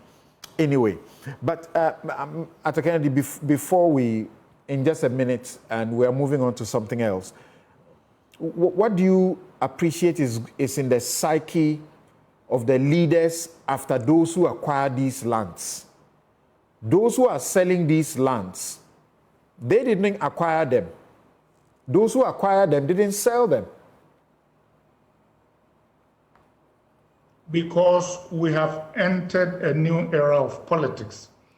Whatever you say about Nkrumah, he cared about this country. You know, when he was overthrown, they did a commission of inquiry. He didn't own any house, not even a house. Peduase Lodge that was built for him, he gave it to the state. He didn't have a bank account. We have a new breed of politicians who think private wealth is the be-all and end-all of being in politics.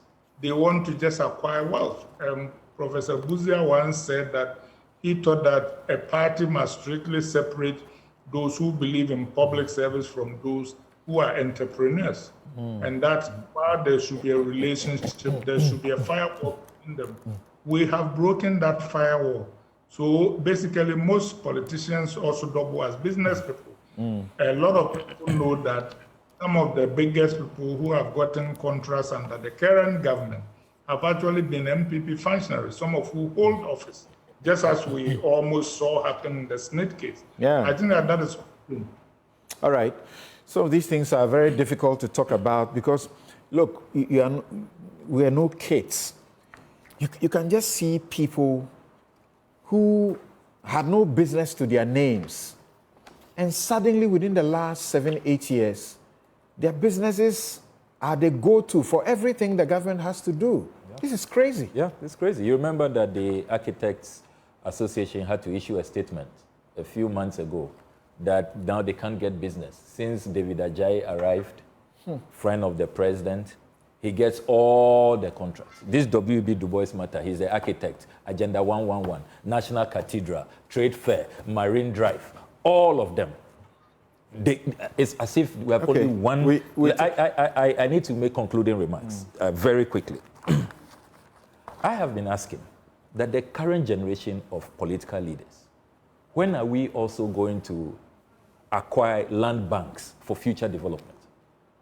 We are only interested in selling. Selling like Ghana is coming to an end. Like the population will not increase, will not need new doctors, new nurses, new public servants to be close to new hospitals that will be constructed. Nkrumah, no matter what you say about him, our Nkrumah, not your Nkrumah, our Nkrumah, purchased lots of land, banked them, secured them for future expansion, future growth, future transformation. Samson, you love our laws. Have you read the Land Use and Spatial Planning Act 2016, Act 925? A beautiful piece of legislation. If you pay regard to the functions under Section 4S, it says that one of the functions of this organization is to create a regime that enables district assemblies to acquire land in order to prevent a reverse depressed settlement. They are not doing it. Okay. It's all about sale. Let me conclude by reading what the eminent jurist, Justice Adenyira, said in her obiter when I went to the Supreme Court on the Obeche-Bilamte matter. Quote, I wish to state by way of obiter that the Accra redevelopment scheme of residential properties policy, as implemented by both the Rawlings and Kufuor administrations, has not been wholly satisfactory and has raised a lot of negative comments and issues of morality from the populace. The implementation of this scheme has dislodged a lot of government and public officials from their homes to give way to luxury apartments, which only a few Ghanaians can afford. It's like he saw today. Yes. This is happening right now. Yes, happening right now. Then she adds, I will stress that since these public lands were initially used to provide housing for government and other public officials, space should be made available to decently house these officials, most of whom hold sensitive positions and thus need adequate privacy and security, unquote. Do you know that only this week, I have this letter here from the Ministry of Works and Housing, addressed to all tenants, Roman Ridge flats, and it says notice of a meeting.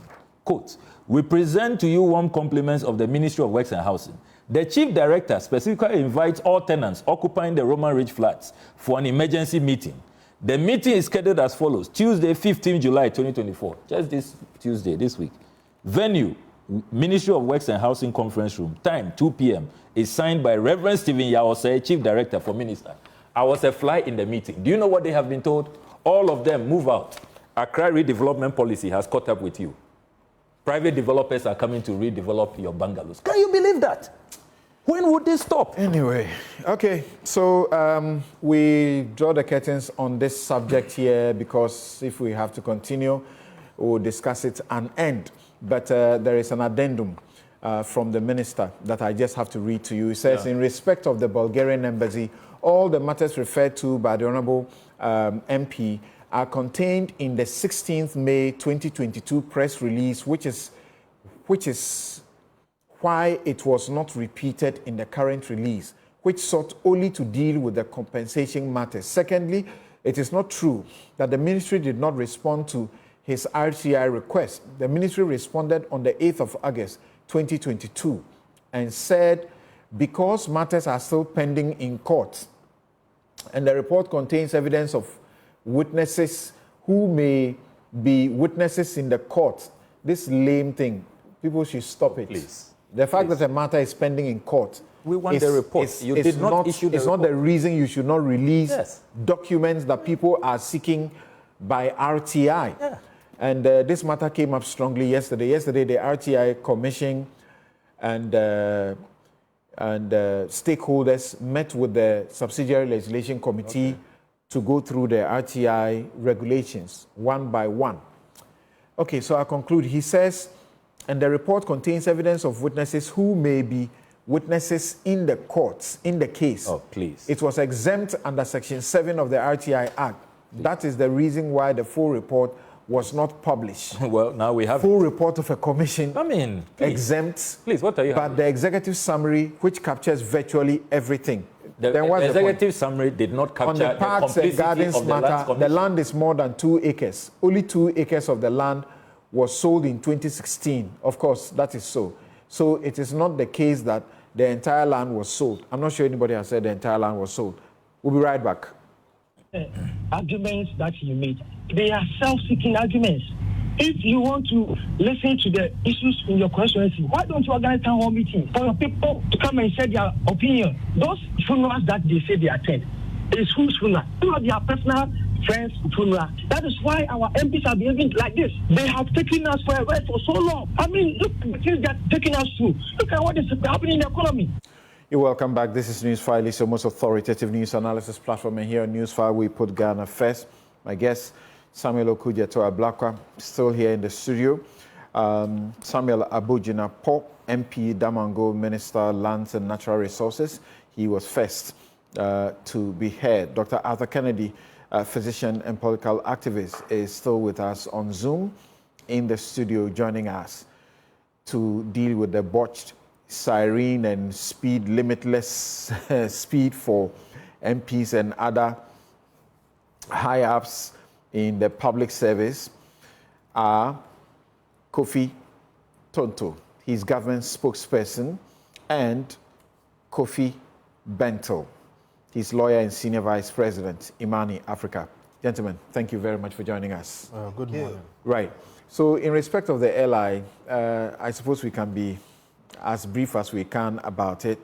So there was an LI, that's a legislative instrument, seeking to amend the existing one. And I've seen very good things in that new LI that was being brought, including automated sanctions so that you get tickets when you commit smaller, minor infractions on the road. We don't take you to court to waste your time with the court's time and everybody. You get a ticket and you pay a spot fine. And then there was the aspect that had to do with the use of sirens. Then it extended from the president, vice president, to Speaker of Parliament, Chief Justice, ministers, Supreme Court judges, and members of Parliament. And that brought a lot of debate. Well, the public pressure was quick. It has been withdrawn. What else? Kofi, briefly, what do you have to say? We are happy it was withdrawn, but again, it is important to make the point. It was withdrawn specifically because of the vigilance of citizens. Frankly, we have to take the credit for it. It was Franklin Cudjoe, and we were scrutinizing. You made a point that you were in Parliament, you didn't even see it. Yes. I know the source that gave to Franklin Cudjoe. Well, fine. Yeah. And then I gave it to you. And the principle I want to espouse, or the point I want to make, we need to support people like Cudjoe. Citizens must consistently be looking at what our politicians are doing. And if we fail to, things like this will happen. Once it passes, you are stuck. LI 2180 in particular has been abused and we've had to fight. You remember when toll levy was passed in the same LI? Right. I had to get up, Imani, we had to fight for it to be repealed. Otherwise, we will all be paying taxes now to a private person. So I'm happy it's been repealed, but it tells us something. The process of lawmaking, leadership does not only require MPs like my brother here, but all of us to be vigilant. And please, people were aware, people put that in. Those people who do those things, mark them and vote them out. We don't elect them to become kings over us. It doesn't matter that they apologize? It doesn't matter? No, it doesn't. It matters that somebody was minded to put that in. That mindset that instead of solving the problem, I am going to excuse myself. Using state funds, using public funds, you want to drive above the speed limit, you want to use a siren. Let me tell you why it matters. If this law had passed, some people would have died because some reckless MP would be driving over the speed limit using a siren and will kill somebody. And then they will say it's within the law. So it matters. I got to understand, Ablakwa, I got to understand that when Dominic Ayeni says, I take responsibility, ultimate responsibility, he was doing so as the chair of the Subsidiary Legislation Committee, and not because he's the one who proposed it.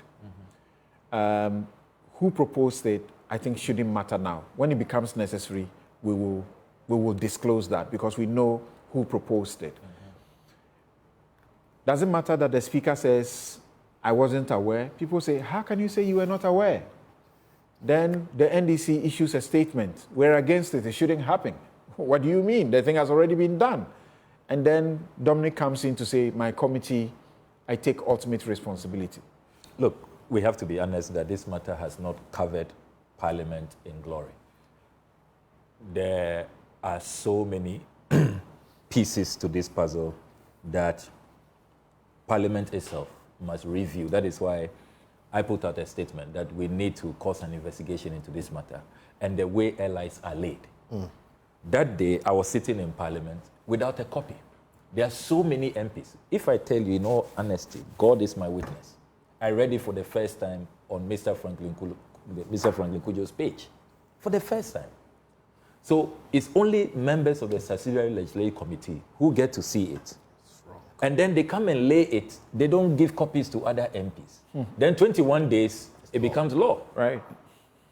It's after the 21 days that you have copies, and if you want to have a debate, it's wrong. We've turned the whole procedure upside down.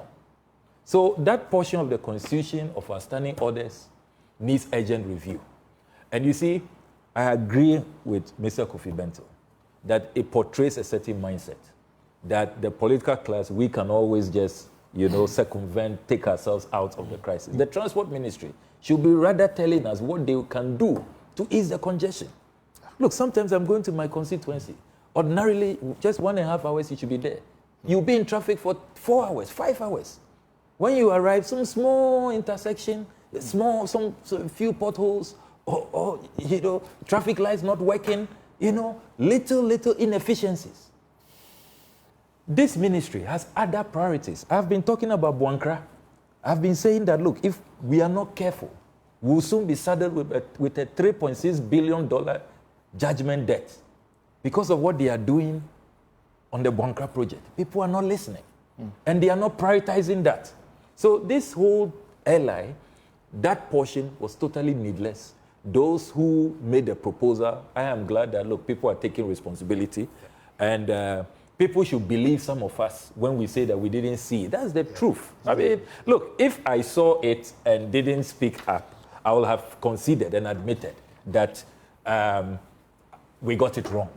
And I think that those are the subsidiary legislation who allowed it to pass are taking responsibility. And I think that we should. But finally, to address this, the leadership of the House, at least on our side, after issuing the statement, the leader called the various leaders of our committees that all these matters that come in from the executive, before any decision is finalized at the committee level, it should be submitted to leadership for them to know. Because the Honorable Atuforsi was going to be another layer of delay. He was also embarrassed. Another layer of delay. Yeah, if I appear before the subsidiary legislation, and subsidiary legislation, if you go before them, as I appeared before them yesterday, they will take the whole document. They will go from clause to clause to clause to the end. And sometimes it can take days to do that. And weeks. And they don't always have the time. And you are saying once they are done, it has to go to the leadership. Yeah. The leadership. To avoid these things. Look at how the institution has been embarrassed. To be honest with you. Kofi, I was going to come to you to ask about whether you thought that, is it germane when the speaker says he can be excused? If you understand the process, the pre-laying process that went on, the speaker is not privy to it. Yeah. But is it good to have the Speaker of Parliament say, I didn't know about it, when he presided over the laying? So I'm actually quite alarmed. Because, I saw a video where Sami was sitting next to Honorable Anyenini. Yes. Where Honorable Anyenini caused the bill to be late. Yes. So I then read something on Sami's wall where he was saying he's at sea. Yes. I'm like, how can you be at sea when you were just sitting right next to the person? Copies were not made available. Yeah, but now that you are saying it, I'm alarmed. Yeah. Because I'm like, how can something as important as this go through Parliament?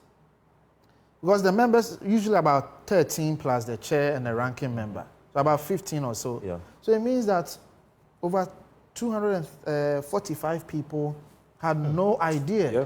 We were just somebody outside. Yeah. And presently, the attendance is really poor. Yeah. So a majority of them will not know. Yeah. The Subsidiary Legislation Committee, where I appeared yesterday, you had only one, the ranking from the majority. And I think Sylvester Tete, who, because he's the minister responsible, deputy minister, showed up there. But the whole team was the opposition. Yeah. That's quite... it's not good. It reflects in the House itself. Yeah, that's quite challenging. And that's why I'm alarmed, because I'm like, Okujeto there, we know him. So how can Okujeto say he doesn't know anything about this? But now that you are saying it, it makes sense that if that's the process, it can literally cut off, majority of people in Parliament. What do you think went into their thinking? Is it because this IGP, Dampare, has cracked the whip? So it doesn't matter who you are. If you offend, you are arrested. And MPs were getting arrested over these matters. From my so checks. They want an escape. So from my checks, I've spoken to some members of Parliament. And really, that is the driving force. That some feel that they have an urgent job to do, and that in instances where they have been arrested, ridiculed, embarrassed, that needs to be sort of put away.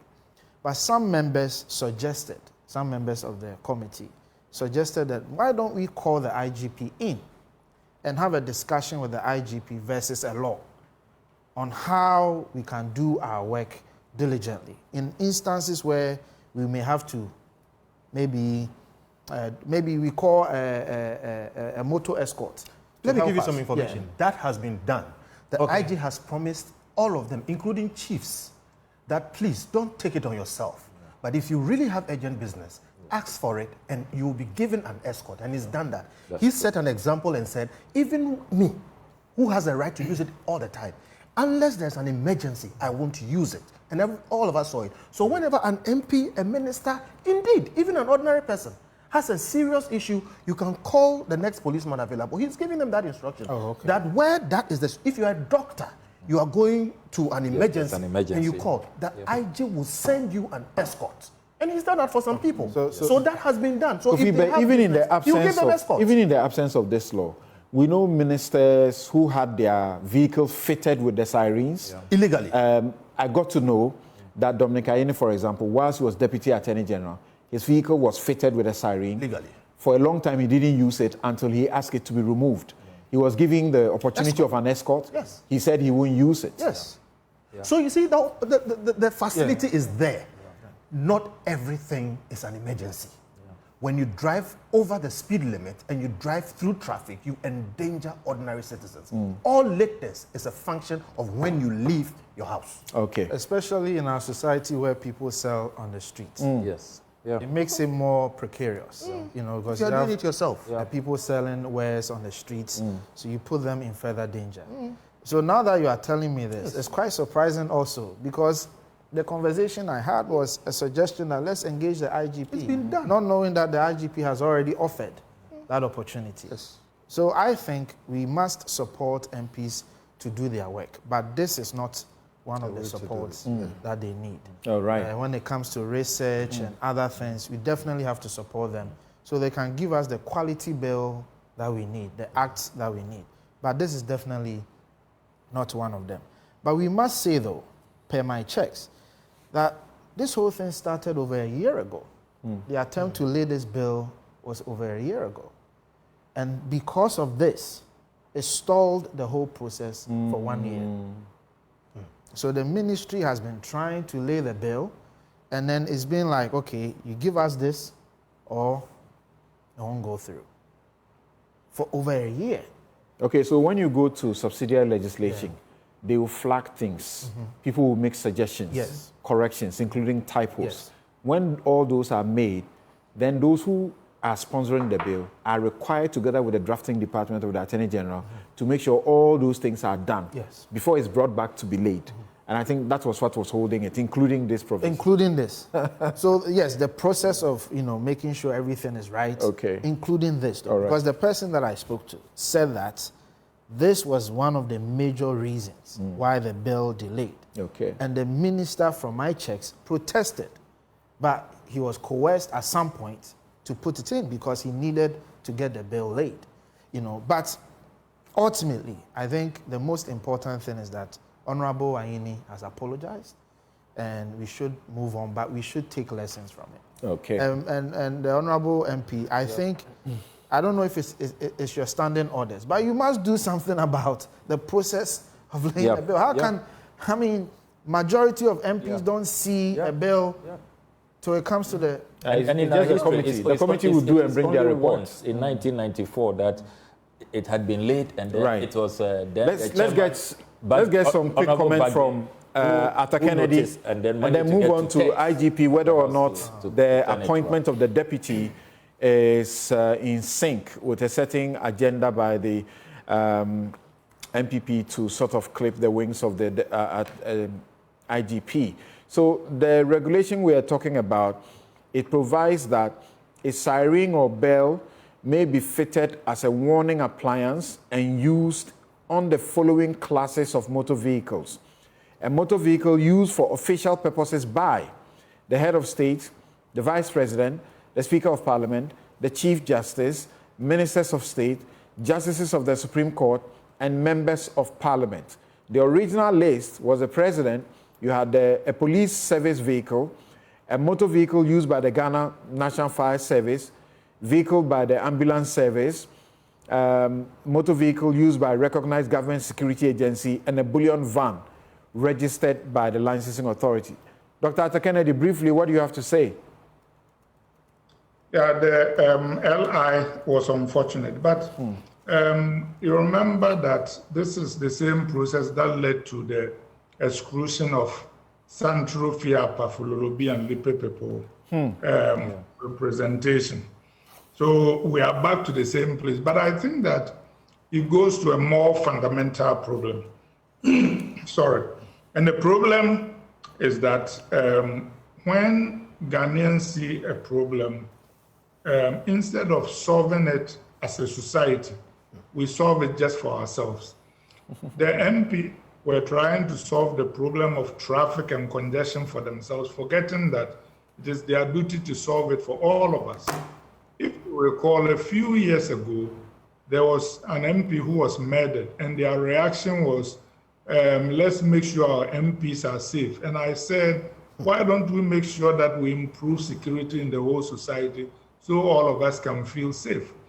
But that is not only a fault of MPs. It sounds like as a society, we have institutionalized the process of what I call checking out of public problems. If there is no good water supply, instead of pressing the government, get a well for your house. I mean, if the schools are bad, instead of pressing the government to improve it, take your kids to a private school. This privatization means that the very people who can put public pressure on government functionaries to solve problems, the middle class, solve these problems for themselves, and they check out. That is why, for example, our JSS schools have become public warehouses and nobody cares, because whoever matters can afford it, and their children are going to private schools. So as a society, we need to look at solving problems for the public. Traffic problems in Accra could be solved. One-way traffic, certain times of the day. You know, for example, you can get 3 lanes going one way from 7 to 10. You can, there are a lot of things you can do to ease these problems that a lot of people in the public face, instead of trying to solve them for MPs. So let's stop this process of solving problems just for ourselves. And we should improve, obviously, the process of how Parliament deals with these things. Right. And of course, as you know, they were also exempted from the speed limit. But even in the absence of this exemption, we know that the speed there, they do it all the time. It was interesting. A few months ago, the former UK Prime Minister, Rishi Sunak, was fined for driving without a seatbelt. Exactly. Yeah. Exactly. A few weeks ago. Right. So let's now quickly see how much time we have on the appointment of the Deputy IGP, Christian Yohonu, distinguished career over 3 decades, we understand. Very well decorated. But the communication that came from the presidency said he is Deputy IGP in charge of operations. And some of you, like they will say in P, Mutikwa Pai, why?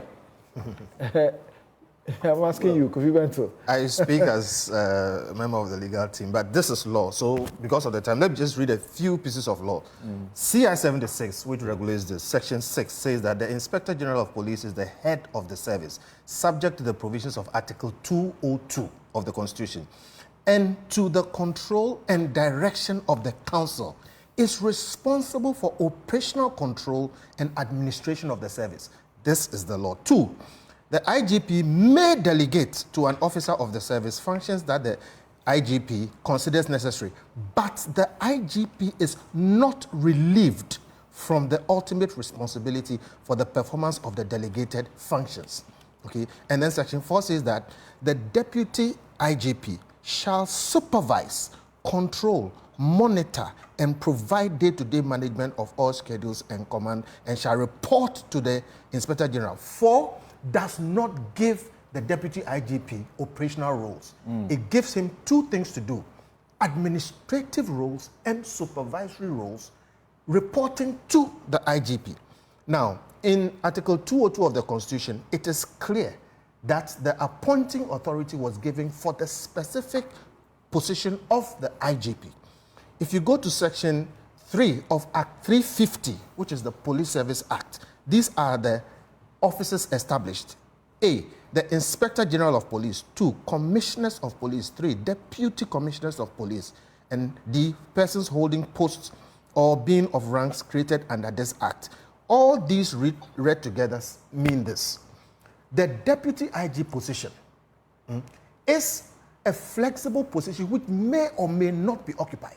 So for many times, there is no Deputy IG, number 1. Number 2, it is not a position that may be appointed above the IG because of rank issues, discipline issues, and control issues, and it even breaches management principles. If you have an IG, the Police Council and Police Management Board may appoint a Deputy IG to assist the IG. Not the President? Not the President. The Really? President, in the Constitution, the President is the appointing authority for every officer. But if you read further, because of time I'm rushing, you will see that he delegates that. Then again, in practice and in management systems, you don't want a situation where the President appoints a subordinate to the boss. That means he reports behind that person. Then most importantly, all the laws read together mean, even if you have a Deputy IG, definitely the President may not assign him a duty, such as go and do operations or go and do this. Indeed, the law specifically says that if there's going to be a Deputy IG, he shall only do administrative work and report to the IG. And that even if the IG gives anybody, delegates any of his powers, he, the IGP, shall not be relieved from the ultimate responsibility of those. that duty. You see, I'm rushing. Now, the gentleman who has been appointed, I personally have a relationship, not a relationship, but I have interacted with him all through this demonstration. I found him to be the absolute best. Absolute best. I don't have time to talk about that, so there's no problem with him. However, you put him in a difficult situation. He merits the position, okay? But is it for the President to come and tell you that I'm giving you this position, operations, or this position? Let me tell you something.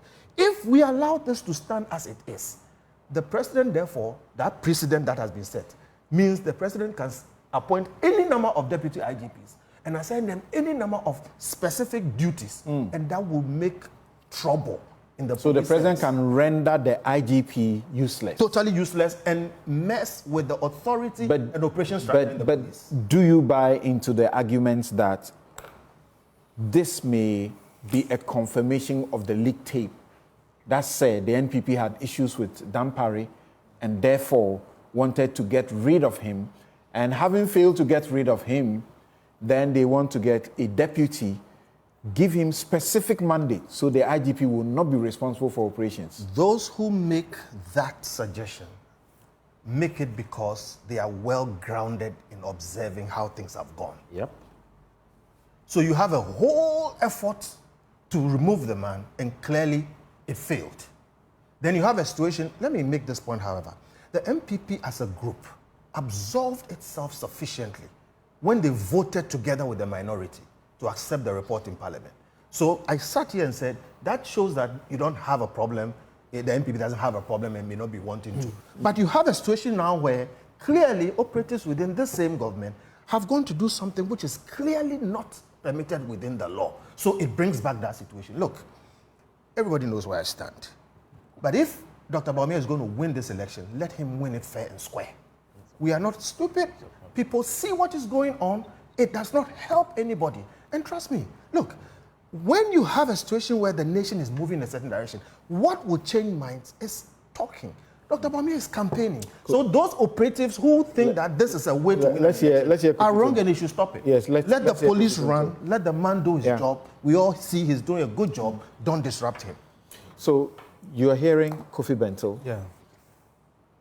even Kofi Bentil, say that those who raise those questions, however how, call it mere suspicion, there is basis for it.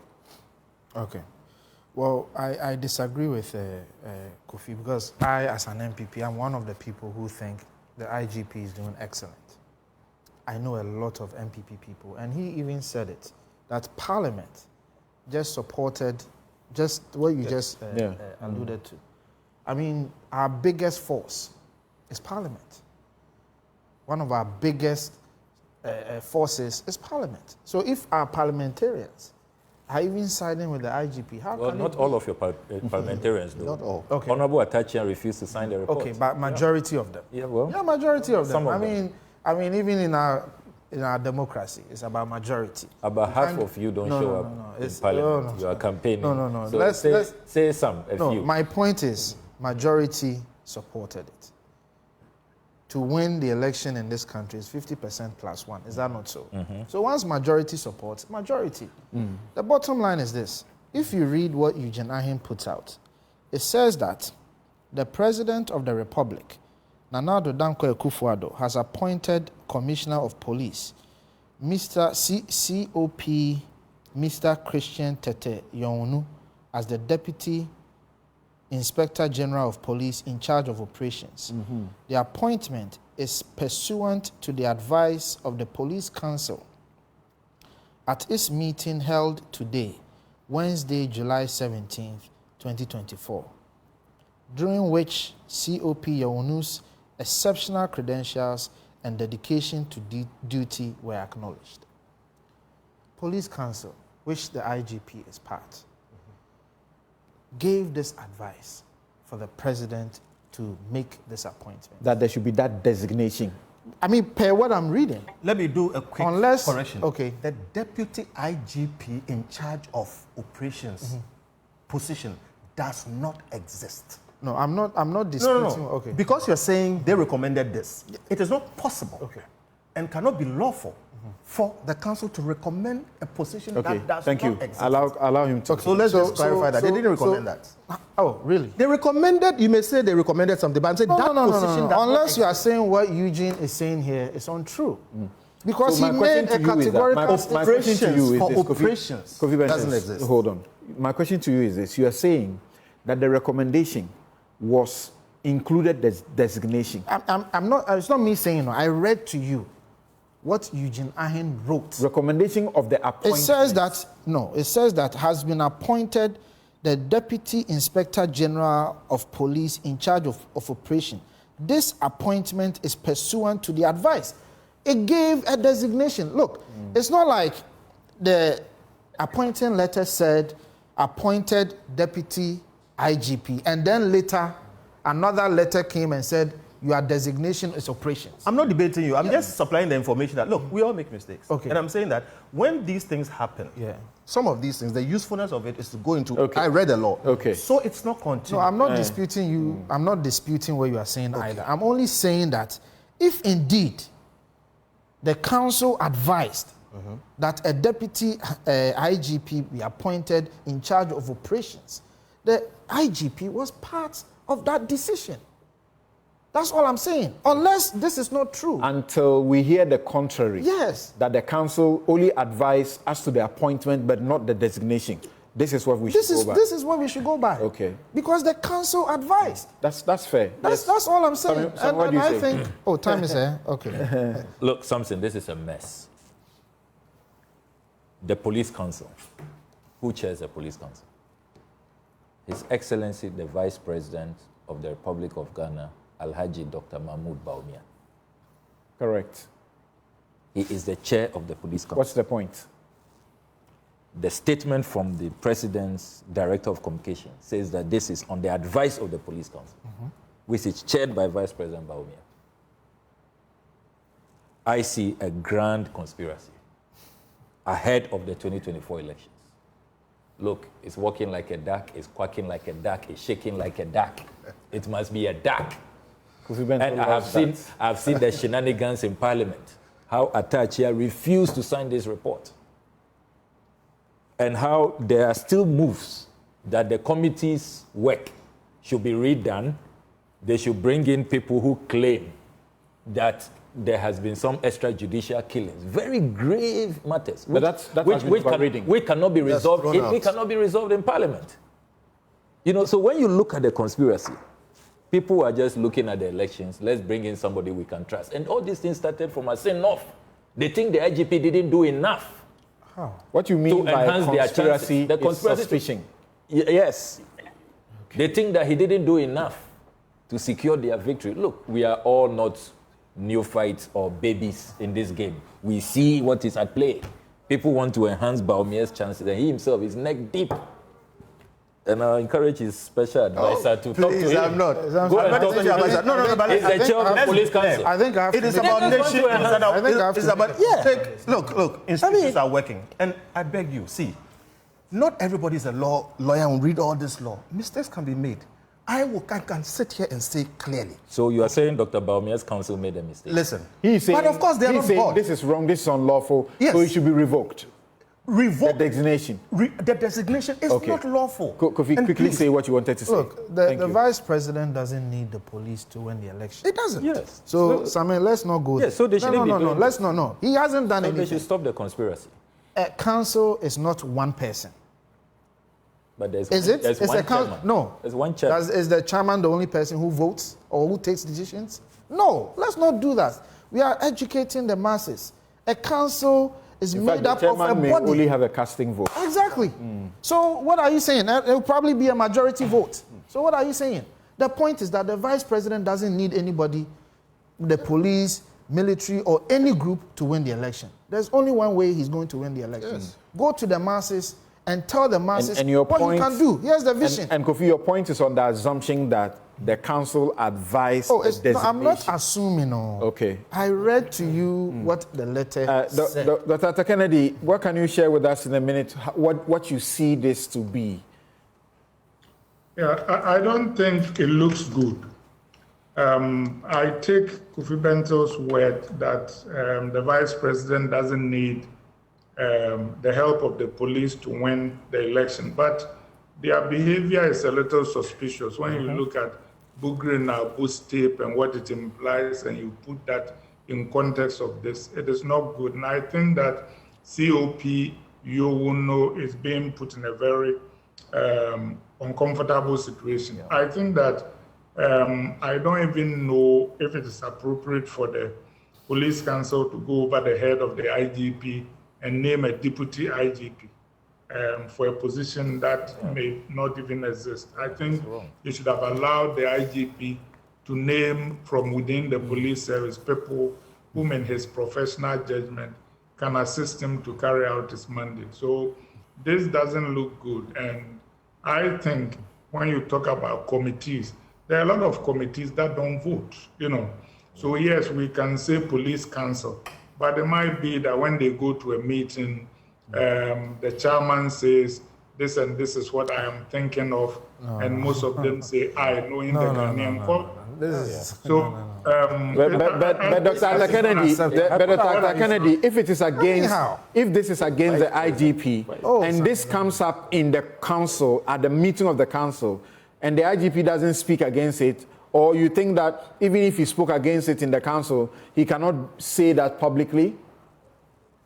Most IGPs, given that situation, will not say anything. I can tell you. Most of them will not say anything. Yeah. It will be very rare in the meeting of the police council for the IGP to argue with the vice president who is suggesting something like this. He wouldn't do that, and you know that. So what should be done? What do you think should be done? I actually think that the damage has already been done, but I think that Parliament, if they can, should have hearings into how this happened and reassure themselves that the IGP is comfortable that he has the support and freedom to execute his mandate. I think this is the time to assure ourselves of that. All right. Thank you. Yes. Honestly, sometimes mistakes are made. So there should be a rescission of the letter, my dear Dr. and then another one issued. You don't need this. Yeah. He, Mr. Ablakwa, is pointing or pinning it on you because he's supposed to be the chairman. Yeah. This can be withdrawn. There can be the IGP, deputy IGP position, but assigning him operational duties is unconstitutional, should be corrected. But most importantly, we cannot make the sitting IGP, who has proven to be extremely competent, a victim of his own success.